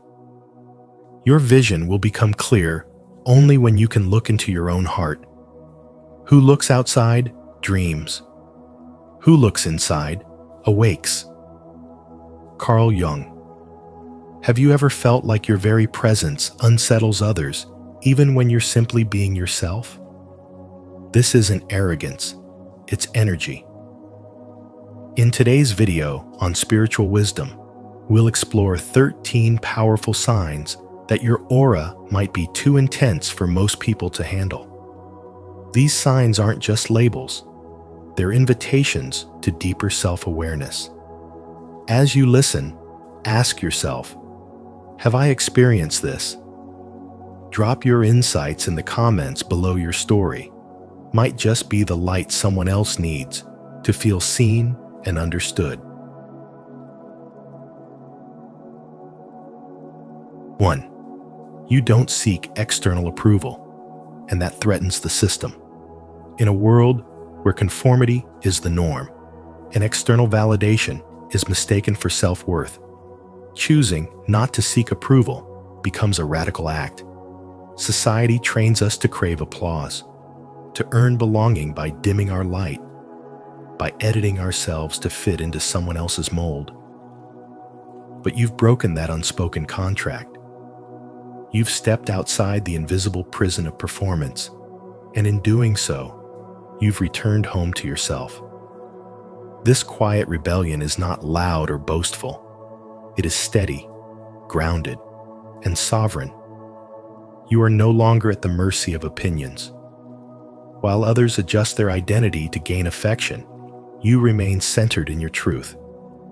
You are not moved by tides of popularity because you no longer need permission to exist. Your aura doesn't whisper, it declares. And what it declares can be unsettling. I am not for sale. This declaration isn't made with words. It flows from you effortlessly, like a silent current of self-possession. This is not arrogance. This is wholeness. A person who is whole doesn't seek to stand out. They simply can't fit in where there is no alignment. When you enter a space, you do not shrink. You do not bend the energy, and the room shifts around you. People sense it immediately, even if they can't articulate it. Some will admire you, yes, even be drawn to you, like a compass to the north. But others, whose own identities still rest on shaky ground, might feel discomfort in your presence. Not because you've harmed them, but because your very being exposes what they have yet to discover within themselves. Carl Jung spoke of this.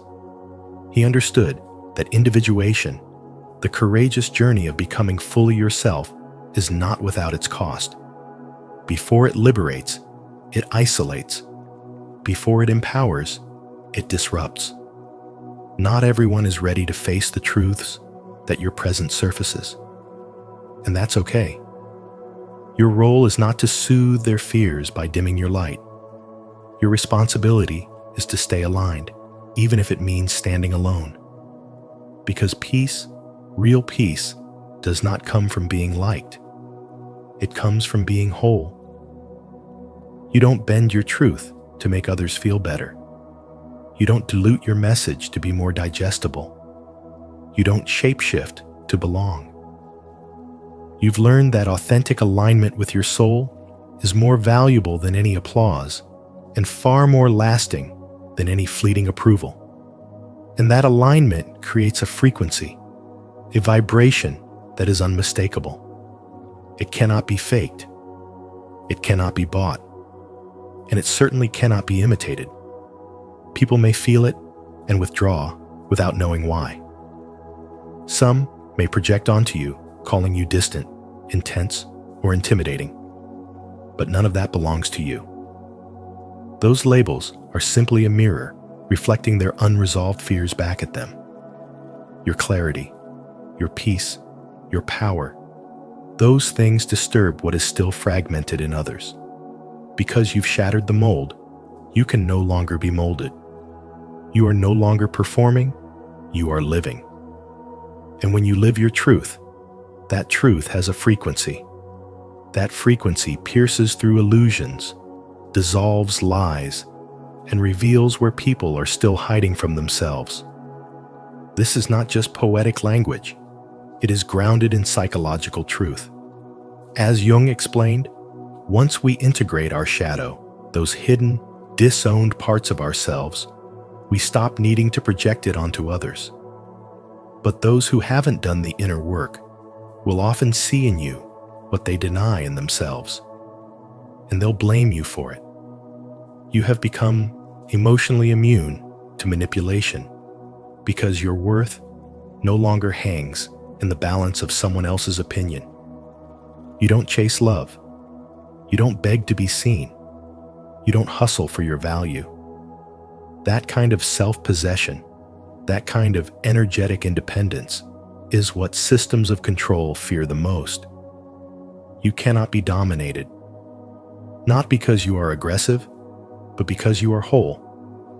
And wholeness in a fragmented world is both rare and revolutionary. It doesn't conform. It doesn't apologize. It simply is. So if this message resonates deep in your soul, if you feel this truth, not just in your mind, but in your bones, I invite you to claim it. Comment below, "I am not for sale." Let the world know that your light will not be dimmed. Not for comfort, not for belonging, not for anyone. You were never meant to be caged. You were meant to be free. 2. Your presence acts as a mirror. When your aura radiates with truth, it doesn't seek permission to be felt. It just is. You don't walk into a room asking for attention, yet attention finds you. Not because you're loud, but because you're aligned. Your presence alone creates a ripple, shaking loose the masks people wear and exposing emotional truths they've buried deep. And it's not what you say, it's the silence you carry that becomes deafening for those who haven't yet faced their own shadow. Your energy becomes a mirror. And in that mirror, people don't just see you, they see themselves, often for the first time. That kind of confrontation, even when unspoken, is not something everyone is prepared for. Carl Jung spoke of this long before the modern language of energy and frequency.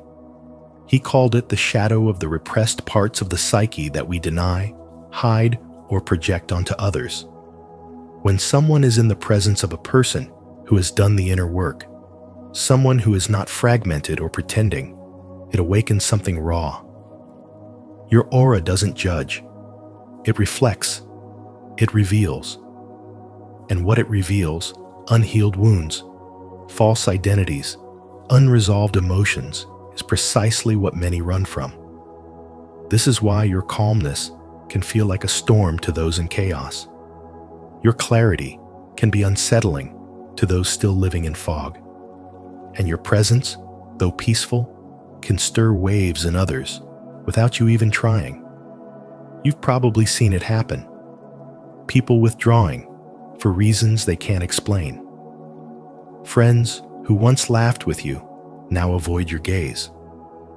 Co-workers who once complimented your strength now whisper from a distance.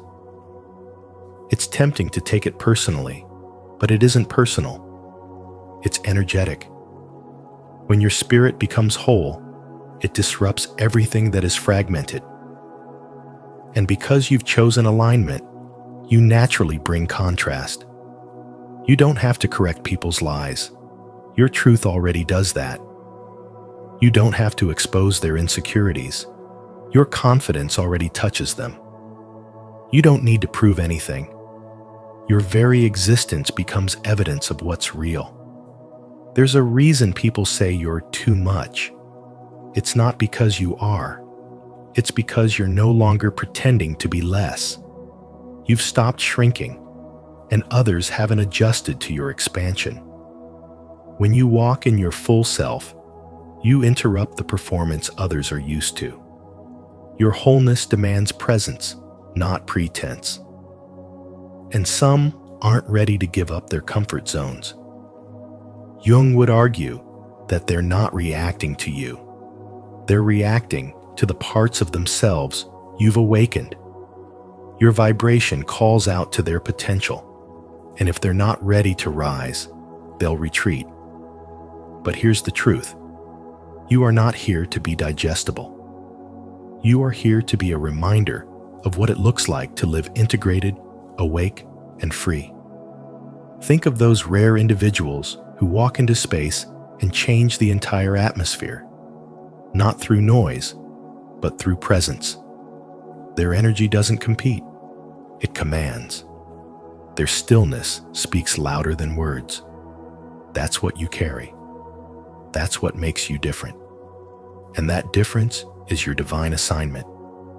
Your aura is not decoration, it's declaration.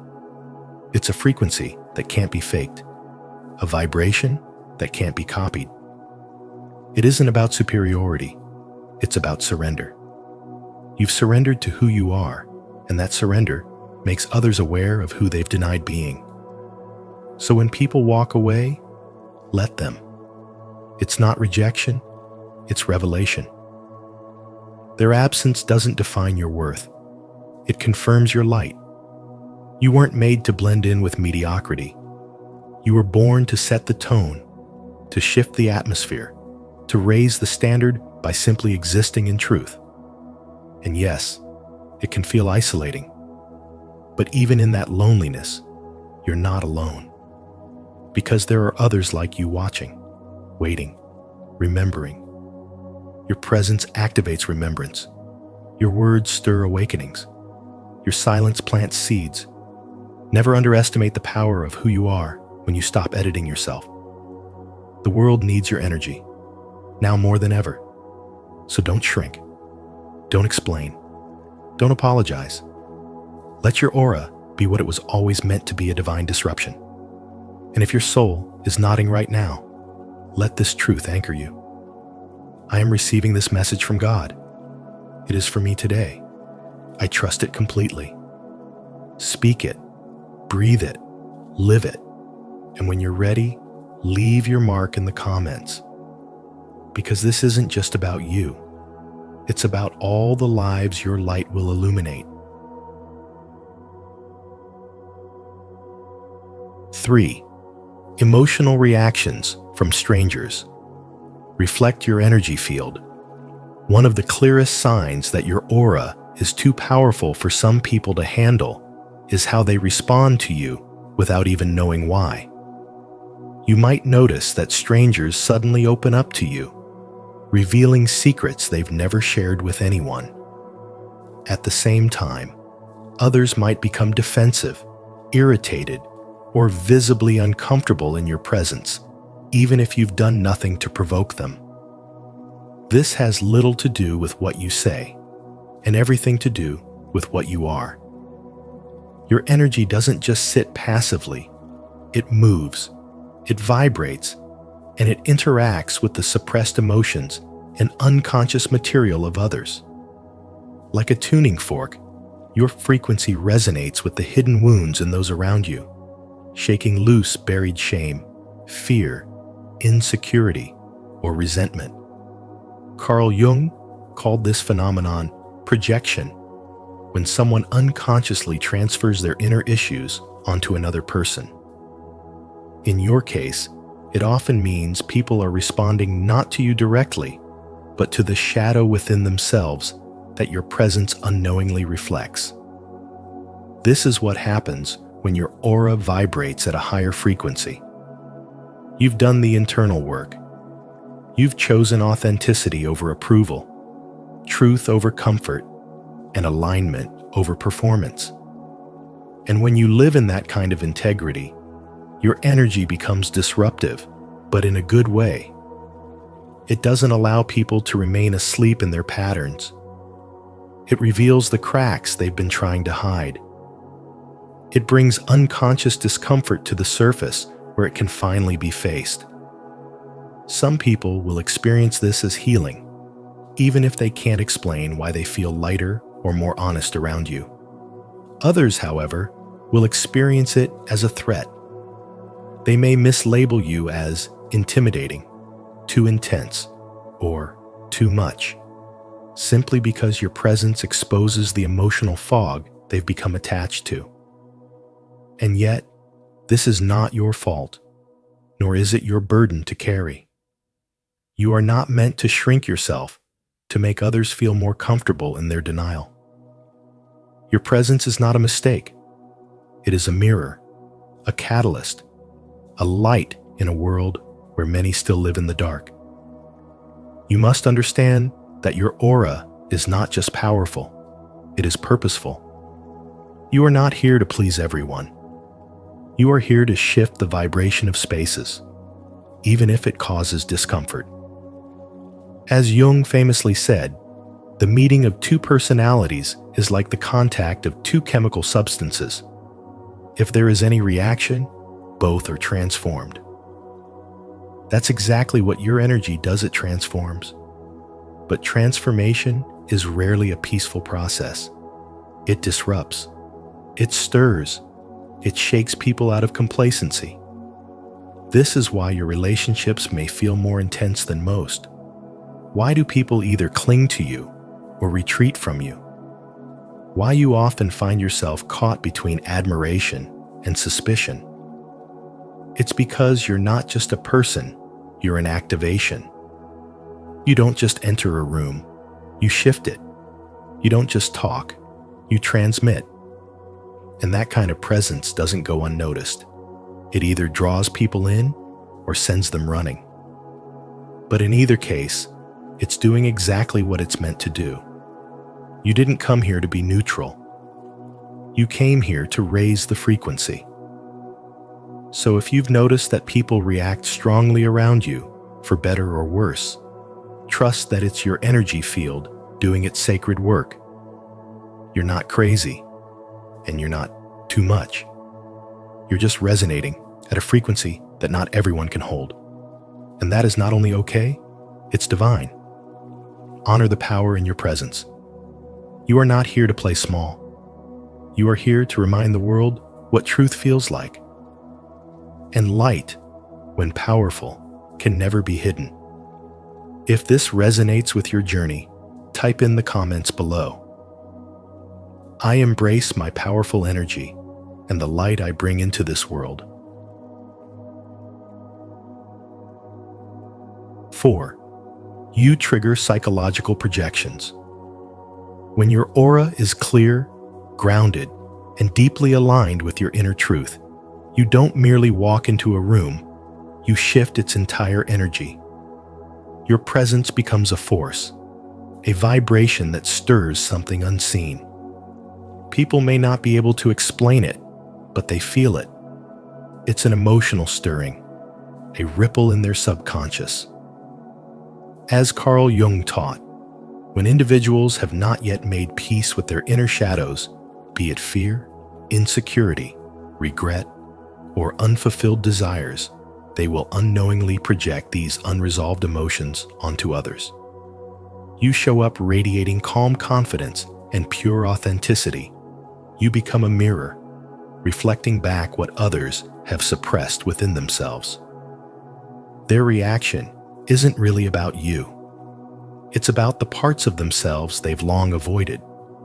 Your energy becomes a spotlight, illuminating what's been kept in the dark. That's why you may find people reacting to you in extremes. Some may admire you from afar, drawn to your clarity. Others may envy you, or even resent you without ever having a conversation with you. This is not ego, nor is it pride. It resonates. Your frequency disrupts their emotional autopilot. It shakes them out of numbness, and they either rise to meet it or retreat into resistance. Because when you're spiritually aligned and energetically sovereign, you're no longer matching the room you're leading it. That shift creates waves, and not everyone is ready to swim. You may begin to notice the subtle discomfort you evoke in certain people. They might fidget, avoid eye contact, or withdraw when you speak, even though you're simply being kind. Others, on the other hand, may be irresistibly drawn to you. They might feel safe, seen, and understood around you without even knowing why. That's the power of an aura rooted in spiritual truth. What you're witnessing is projection in motion, people responding not to who you are, but to what your energy stirs within their psyche. Carl Jung once said, "Everything that irritates us about others can lead us to an understanding of ourselves." But here's the other side of that coin. Everything that triggers someone about you may be the very thing that holds a key to their healing if they have the courage to face it. In this way, your presence becomes more than magnetic. It becomes medicinal. You awaken something ancient in people, their potential, their pain, their forgotten truth. Your aura doesn't just shine, it reveals. It pierces through illusion. It strips away the social masks and artificial roles. And that can be frightening to those who rely on performance and approval to define their identity. Not because you've done something wrong, but because you're doing something rare. You're choosing to be fully yourself. And in a world addicted to conformity, authenticity becomes an act of rebellion. So if you've ever felt misunderstood, judged, avoided, or even resented, especially when your intentions are pure, know this: it is not your flaw. It is your confirmation. You are evidence that clarity, wholeness, and inner peace are not only possible, they're powerful. Let people feel what they feel. Let them project. You are not here to meet their expectations. You are here to remind them of their forgotten essence. If this message resonates with your spirit, support our journey of awakening by liking this video, subscribing to our channel, and turning on the notification bell so you never miss this kind of soul-nourishing content. And if you feel ready to step into your power, type in the comments, "I deserve to live a financially prosperous life." Because the truth is, you do. 5. A powerful aura reflects inner integration and authenticity. When you do the deep inner work of confronting your repressed emotions, integrating the shadow, and healing the parts of yourself that were once fragmented or hidden, something subtle but undeniable begins to happen. Your energy shifts. This transformation radiates outward. Carl Jung called the shadow the unconscious side of the psyche, the parts of us we deny, suppress, or are unaware of. But when you have the courage to face these hidden aspects, you become more whole. And that wholeness doesn't just stay inside you, it begins to vibrate through your presence. Your aura, then, isn't just a glow or a vibe. It becomes a force. Not one that forces others, but one that exposes what is untrue, what is fragmented, what is fragile. This is the kind of aura that doesn't need to speak loudly to be felt. It walks into a room and shifts the air without saying a word. Most people live behind masks. Jung called this the persona, the identity we construct to be accepted. But when you step outside of that mask and choose truth over performance, your energy becomes raw and real. And while realness is liberating, it can also be deeply uncomfortable for those who are still hiding. Your authenticity disrupts the social game. It doesn't play by the rules of superficial politeness or approval seeking. It simply is. And that isness, that deep inner clarity, can be disarming to people who haven't yet met themselves. They may find your presence intimidating, not because you are dangerous, but because your energy reflects the very things they have not yet acknowledged in their own soul. You show them what they could be, but are not ready to become. That's why some people retreat from you without explanation, project negativity onto you, or label you as too much. It's not about you being wrong, it's about you being real. There is nothing aggressive about a powerful aura. It doesn't seek attention. It doesn't dominate the room. It simply reveals the truth. It is the kind of quiet power that exposes illusions without intention. And in a world full of people who have built entire identities around illusion, that exposure can feel like a threat. But for others, those who are ready to evolve your energy, feels like a doorway. It awakens something inside of them. It calls them forward. They may not even understand why they're drawn to you, but something in your presence makes them remember a truth they had forgotten. This is why you may find that people either cling to you or completely avoid you. Your presence becomes a threshold. Not everyone will cross it, because not everyone is ready for transformation. What you carry is not charisma. It's clarity. It's the unshakable energy of someone who has returned home to themselves. You don't seek to impress. You don't chase approval. You don't bend to make others comfortable. And yet, you are magnetic.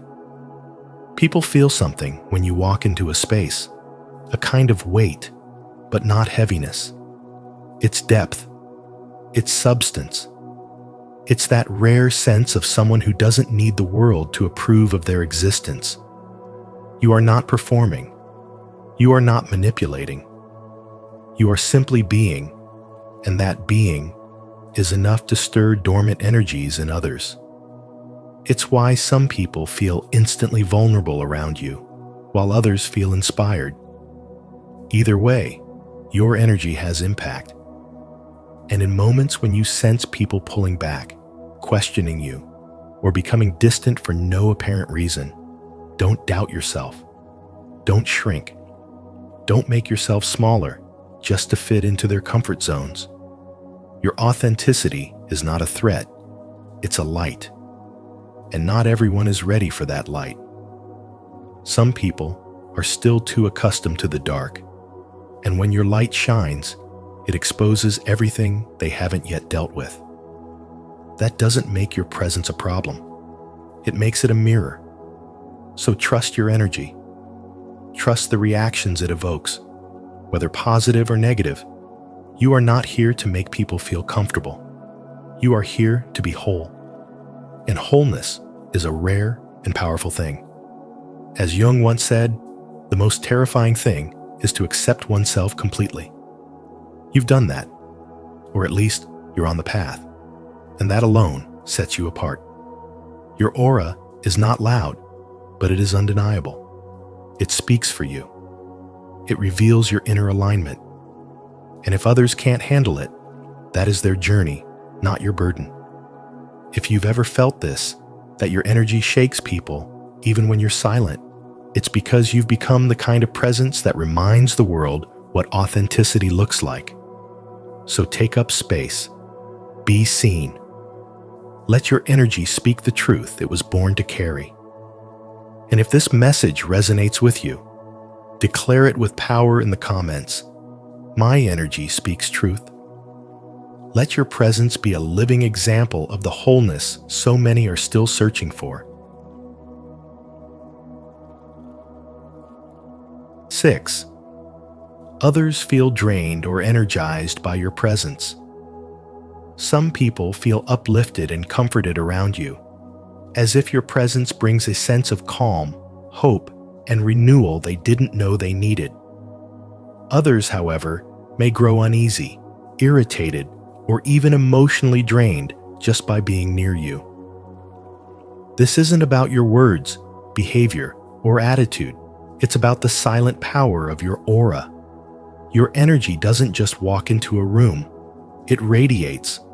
And when it's deeply aligned, authentic, and spiritually charged, it can either heal or disturb, depending on what others are carrying within themselves. Carl Jung's work reminds us that we are not just thinking beings, we are fields of influence, radiating unconscious energy that interacts with the world in ways we barely notice. A powerful aura, then, is not just a mystical idea, it's a psychological reality. It's the invisible force that either awakens others or reveals what they've been avoiding. This is why your light can be both a beacon and a mirror. To those who are open, it's inspiring.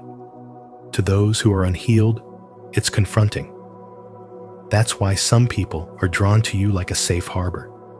They feel seen, accepted, and energized in your company. They might even say things like, "I don't know why, but I feel better when I talk to you." These are the moments when your aura is acting as a natural healer, restoring balance and raising the emotional tone of those around you without any conscious effort. But this gift comes with a lesson. Not everyone is capable of receiving your energy in a healthy way. There are people who, whether they realize it or not, come into your space not to connect, but to consume. They feel lost in their own energy, and when they sense your radiance, they cling to it. These individuals may leave you feeling tired, emotionally heavy, or inexplicably anxious. They're not bad people. They're just energetically hungry. But you must remember, your energy is not theirs to feed on. You are not required to dim your light to accommodate their shadows. Learning to protect your energy is not selfish, it's sacred. Discernment becomes your spiritual compass. Pay attention to how you feel after each interaction. Do you feel expanded, empowered, and recharged? Or do you feel like something was taken from you? The answers lie not in logic, but in sensation. Your aura responds before your mind can rationalize. Trust that. In the chaos of modern life, where emotional and spiritual noise is everywhere from crowded workplaces to digital spaces, you must become the guardian of your own frequency. Your presence is powerful, not because of what you do, but because of who you are. And the world doesn't always know what to do with someone so rare, so real, and so radiant. This is not a burden, it's a calling. If this message resonates with you, comment "awesome" below, so we know we're not alone in this experience. Your voice matters, your light matters, and the more you understand it, the more you can use it with wisdom and purpose. Don't forget to like this video, subscribe to Spiritual Wisdom, and tap the bell so you never miss a message designed to elevate your soul. 7. You're often labeled too intense or different. Because you operate at a deeper emotional and spiritual frequency, others often don't know how to handle your presence. They label you as too intense, too much, or different, not because you've done anything wrong, but because your energy disrupts the norm. In a world that rewards surface-level comfort and conformity, someone like you who refuses to shrink or dilute their essence becomes a silent challenge to everything artificial. You don't play small to make others feel big. You don't water yourself down to become digestible. And that terrifies people who haven't yet met themselves fully. Your aura speaks volumes before you say a word. Carl Jung believed that the psyche is more than what we consciously know. It's a complex field of influences, instincts, and truths we often suppress. When your energy field is strong and aligned, it becomes a mirror, one that reflects what others are trying to avoid. People who haven't dealt with their own shadows may find your authenticity unsettling because your presence silently calls them to level up, to look within, and to face the very parts of themselves they've spent years running from. That's why you're not for everyone, and that's okay. You weren't born to fit in. You were born to shine in ways that awaken. There's a woman named Elia who shared her story about constantly being misunderstood at work. She was always calm, composed, and didn't engage in gossip or people-pleasing. Yet, people said she had an intimidating vibe. It wasn't arrogance, it was clarity. She had nothing to prove and no interest in emotional games. When she walked into a room, things shifted, not because she demanded attention, but because she carried truth. That's the power of aura. It isn't always loud. Sometimes, it's the quiet confidence that unsettles people the most. You may find that people project their fears onto you. They say you're arrogant when you're confident, cold when you're simply focused, detached when you're just protecting your peace. But know this: when your spirit is whole, when your light doesn't flicker based on who's watching, your energy becomes magnetic to some and repellent to others. That polarity is not a curse. It's confirmation that you are walking in your truth. Jung said, "The privilege of a lifetime is to become who you truly are." Your refusal to abandon your depth is the exact thing that makes your journey sacred. So the next time someone calls you too much, smile gently. Let it be a reminder that you're not here to make people comfortable. You're here to be a portal of change, a presence that cannot be ignored. You are intense because your soul is awake. You are different because you've chosen truth over trends. You are powerful because you've learned not to fear your light.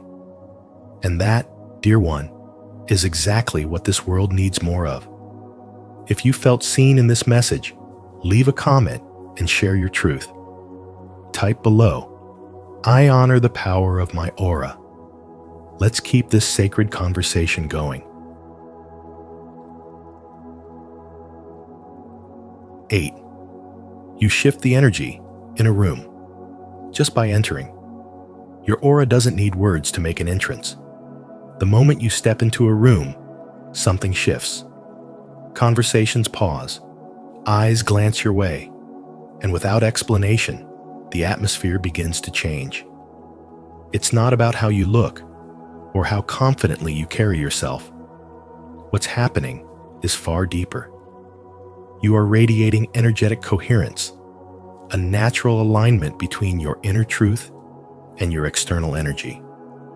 That kind of power speaks before you do. And even though it's silent, it echoes loudly through every space you enter.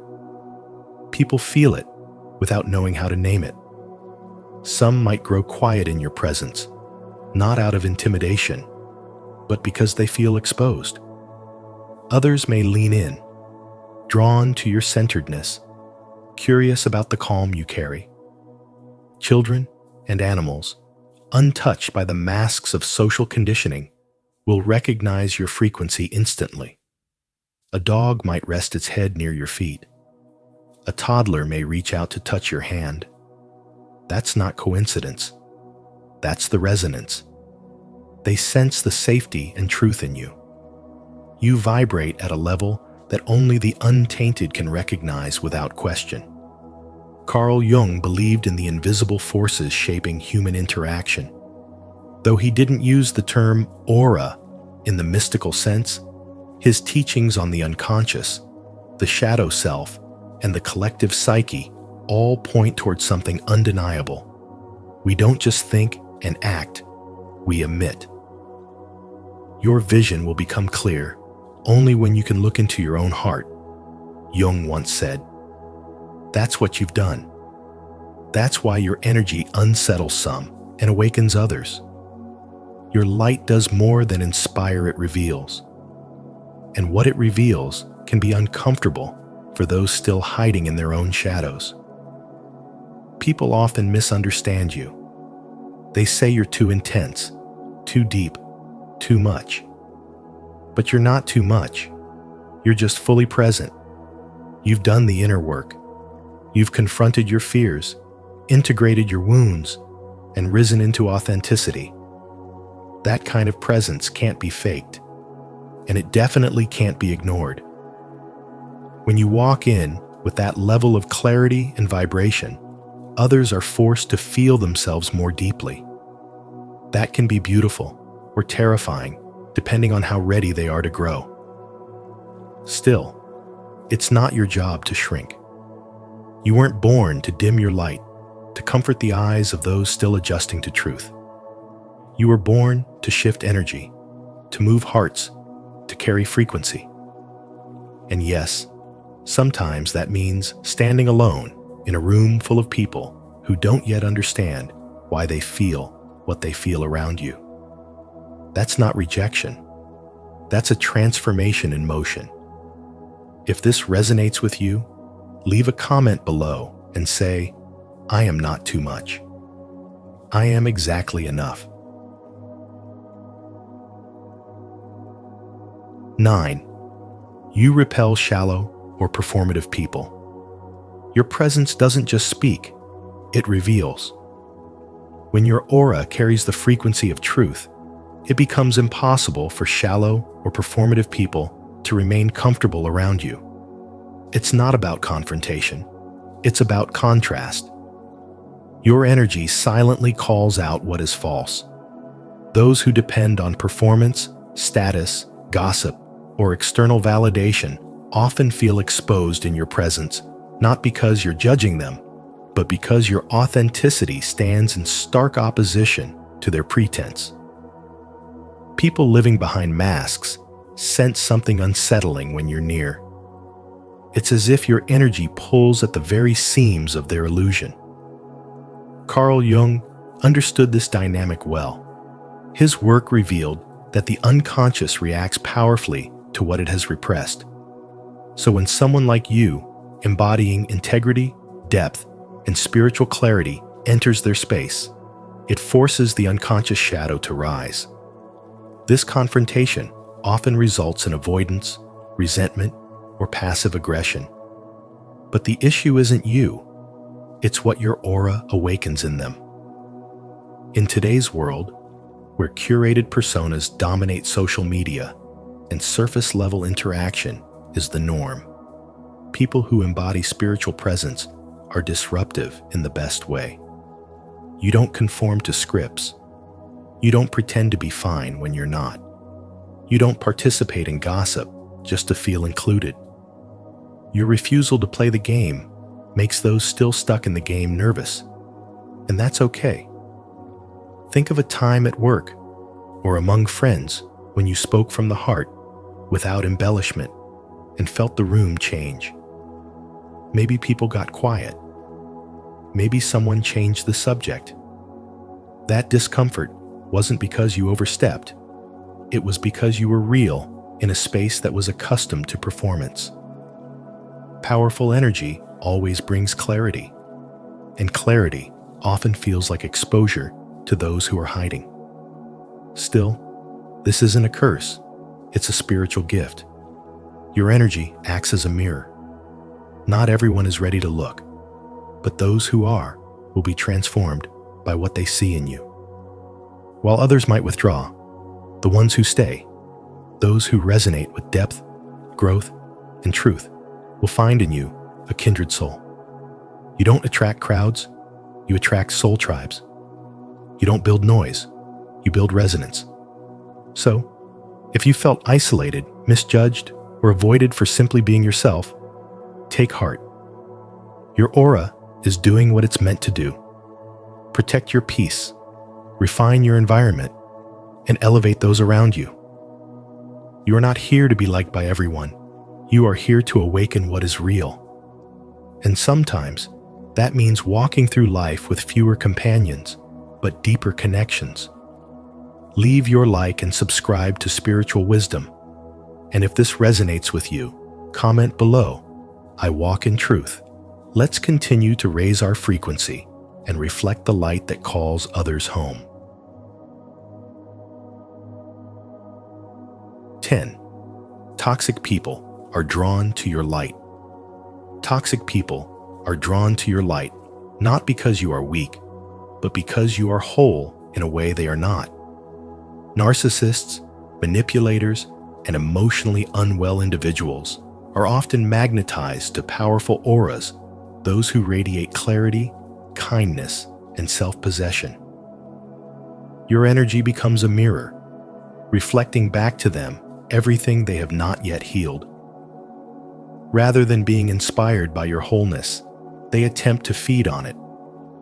They subconsciously crave the peace and authenticity you embody, but instead of growing into that energy, they seek to drain it from you.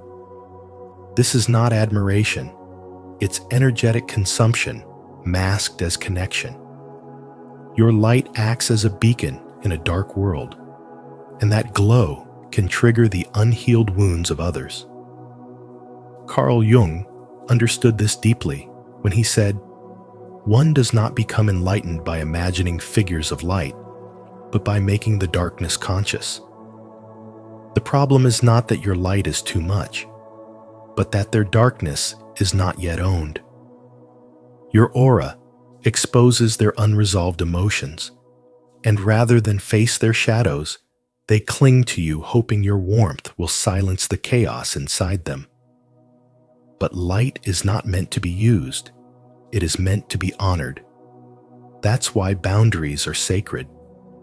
Without them, your energy becomes open territory for anyone who feels entitled to your peace. Boundaries are not walls that block love. They are filters that protect it. You must be willing to say no without guilt, to walk away without fear, and to let go of people who mistake your presence for a healing center they can exploit. You were not created to constantly fix others at the expense of your own nervous system. Your job is not to rescue everyone who feels broken. Your responsibility is to stay rooted in your own growth, no matter who misunderstands it. When someone's connection to you feels like constant crisis, guilt-tripping, or emotional chaos, it is not connection. It is energetic consumption. Your time, your peace, your presence, these are sacred. They are not up for negotiation with those who refuse to take accountability for their own healing. Your aura is powerful because it has been built through pain, reflection, and transformation. You are not responsible for those who choose not to do that same work. Every time you set a boundary, you honor your evolution. Every time you walk away from manipulation, you affirm your self-worth. Every time you say, "This is not for me," you strengthen your energetic field. And that power will always attract those who want to dim it, not because they hate you, but because your light reminds them of how far they've yet to go. So be kind, but be firm. Be open, but stay wise. Not everyone who wants your energy deserves access to it. Protect your light not out of fear, but out of reverence for the work you've done to shine. And if this message speaks to something you felt but never said out loud, type in the comments, "I protect my light." Let's create a space where powerful souls like you are no longer drained, but empowered. 11. You attract deep, soulful conversations. Naturally, people feel safe around you, often without understanding why. It's not something you say. It's not even something you do. It's something you are. Your aura, the subtle field of emotional and energetic presence surrounding you, naturally draws people in. According to Carl Jung, We are all more than just the conscious mind. We're complex layers of the personal unconscious, collective unconscious, and archetypal energies. When your aura is powerful, aligned, and authentic, it resonates like a silent song that others unconsciously hear and feel. And so, people open up. They tell you things they haven't told anyone else. Strangers find themselves confessing their childhood traumas, heartbreaks, or unspoken dreams, all because your presence gives them permission to be real. But this natural magnetism comes with a challenge. When your energy feels like a sanctuary, people might treat it like a therapy room. They enter with baggage, and without meaning to, they might try to leave it with you. That's when you must remember one of the most important lessons for those with high spiritual energy. You are a mirror, not a sponge. You reflect clarity, but you are not meant to absorb the weight of another's pain. Jung called this the process of individuation, the integration of all aspects of the self, both conscious and unconscious. And when you've walked through the fire of your own healing, others sense that wholeness in you. But their healing journey is still theirs to walk. Holding space is a sacred act. It means you allow another person to express themselves fully, without judgment, without trying to fix, and without interruption.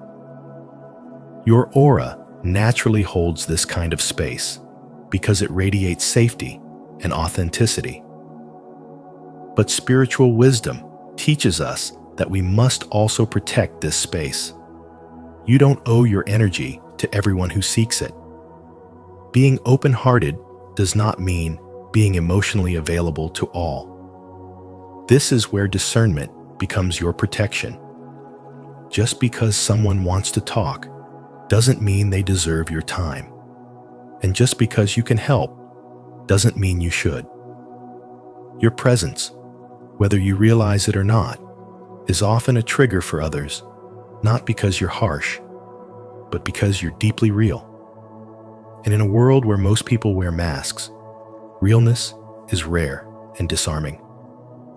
Your aura confronts people with their own suppressed truths. It's not just inspiring, it's exposing.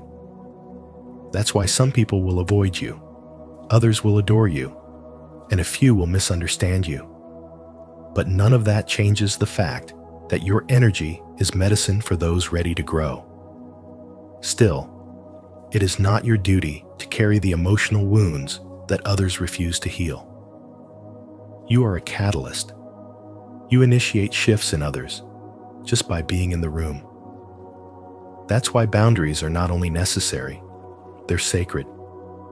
When you don't set them, you become drained, resentful, and disconnected from your own source of power. When you do, you stay aligned, grounded, and capable of offering real transformation to those who are ready. There's an old saying, "Don't set yourself on fire to keep others warm." That applies here more than ever. You don't need to dim your light, but you do need to honor the space where your light shines best. Carl Jung's wisdom reminds us that the psyche isn't something to be cured, it's something to be understood. When you begin to understand why people come to you, why they cry in your presence, or why they say, "I've never told anyone this before," you'll see that it's your aura doing the work. And with that understanding comes responsibility. You must choose when to open your energy and when to shield it, when to listen deeply and when to step away. It is not selfish. It is spiritual hygiene. So next time someone tells you their life story, within minutes of meeting you, smile gently and know that you didn't do anything wrong. In fact, you did something very right. You became a space where truth could finally breathe. If this resonates with you, type in the comments, "I am the mirror, not the sponge." And remember that your aura is not a weakness to control. It's a force to honor. 12. You radiate spiritual grounding and emotional neutrality. You remain calm while others panic. When tension rises, you don't feed it, you transmute it. You don't react impulsively. You respond with clarity and grace. This isn't because you're detached or emotionally numb. It's because you've done the inner work. You've met your shadows, faced your chaos, and found stillness on the other side. What people misunderstand as indifference is, in truth, a rare form of emotional intelligence, one that speaks of spiritual grounding and deep integration of your inner self. In a world addicted to chaos, your peace is disruptive. People who are used to emotional extremes can't quite grasp how you stay centered. Your presence doesn't match the noise, and so it unsettles them. But you're not here to match the noise. You're here to be the silence that reminds others of what they've forgotten: inner stability. Your emotional neutrality doesn't mean you don't feel. It means you've learned not to be ruled by every passing wave. Like a tree with roots that run deep, you are unshaken, even as storms rage around you. Carl Jung believed that our outer reactions are a reflection of our unconscious mind. When people are around you, your calm aura activates something deep within them. It's not your fault they feel off balance. It's your presence revealing what still needs healing. You've become a mirror, not by choice, but by energy. That mirror reflects their lack of inner peace, their unresolved wounds, and their resistance to stillness. And so, they label you too serious, too cold, too distant. But the truth is, you are simply too real. You've chosen to walk in awareness. You've chosen self-control over impulsiveness, grounding over reaction. You've stopped needing to prove anything, and your energy no longer clings or demands. It simply exists, powerfully and quietly. This is why your aura carries weight. It holds the truth. And truth is heavy for those still hiding behind illusions. Your silence doesn't mean absence. It means presence.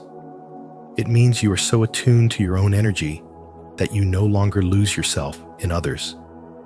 You hold space. You observe.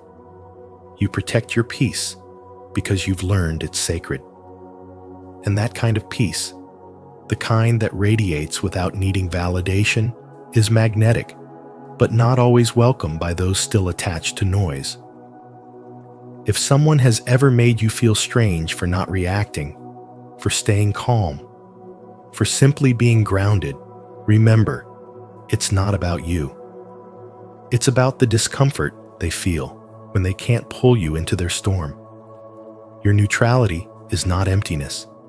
It is spiritual fullness. It is a sign that you are no longer controlled by the external world, but instead guided by your inner one. Leave a comment below if this speaks to your journey. Say, I choose inner peace over chaos. 13. Animals and children are naturally drawn to you.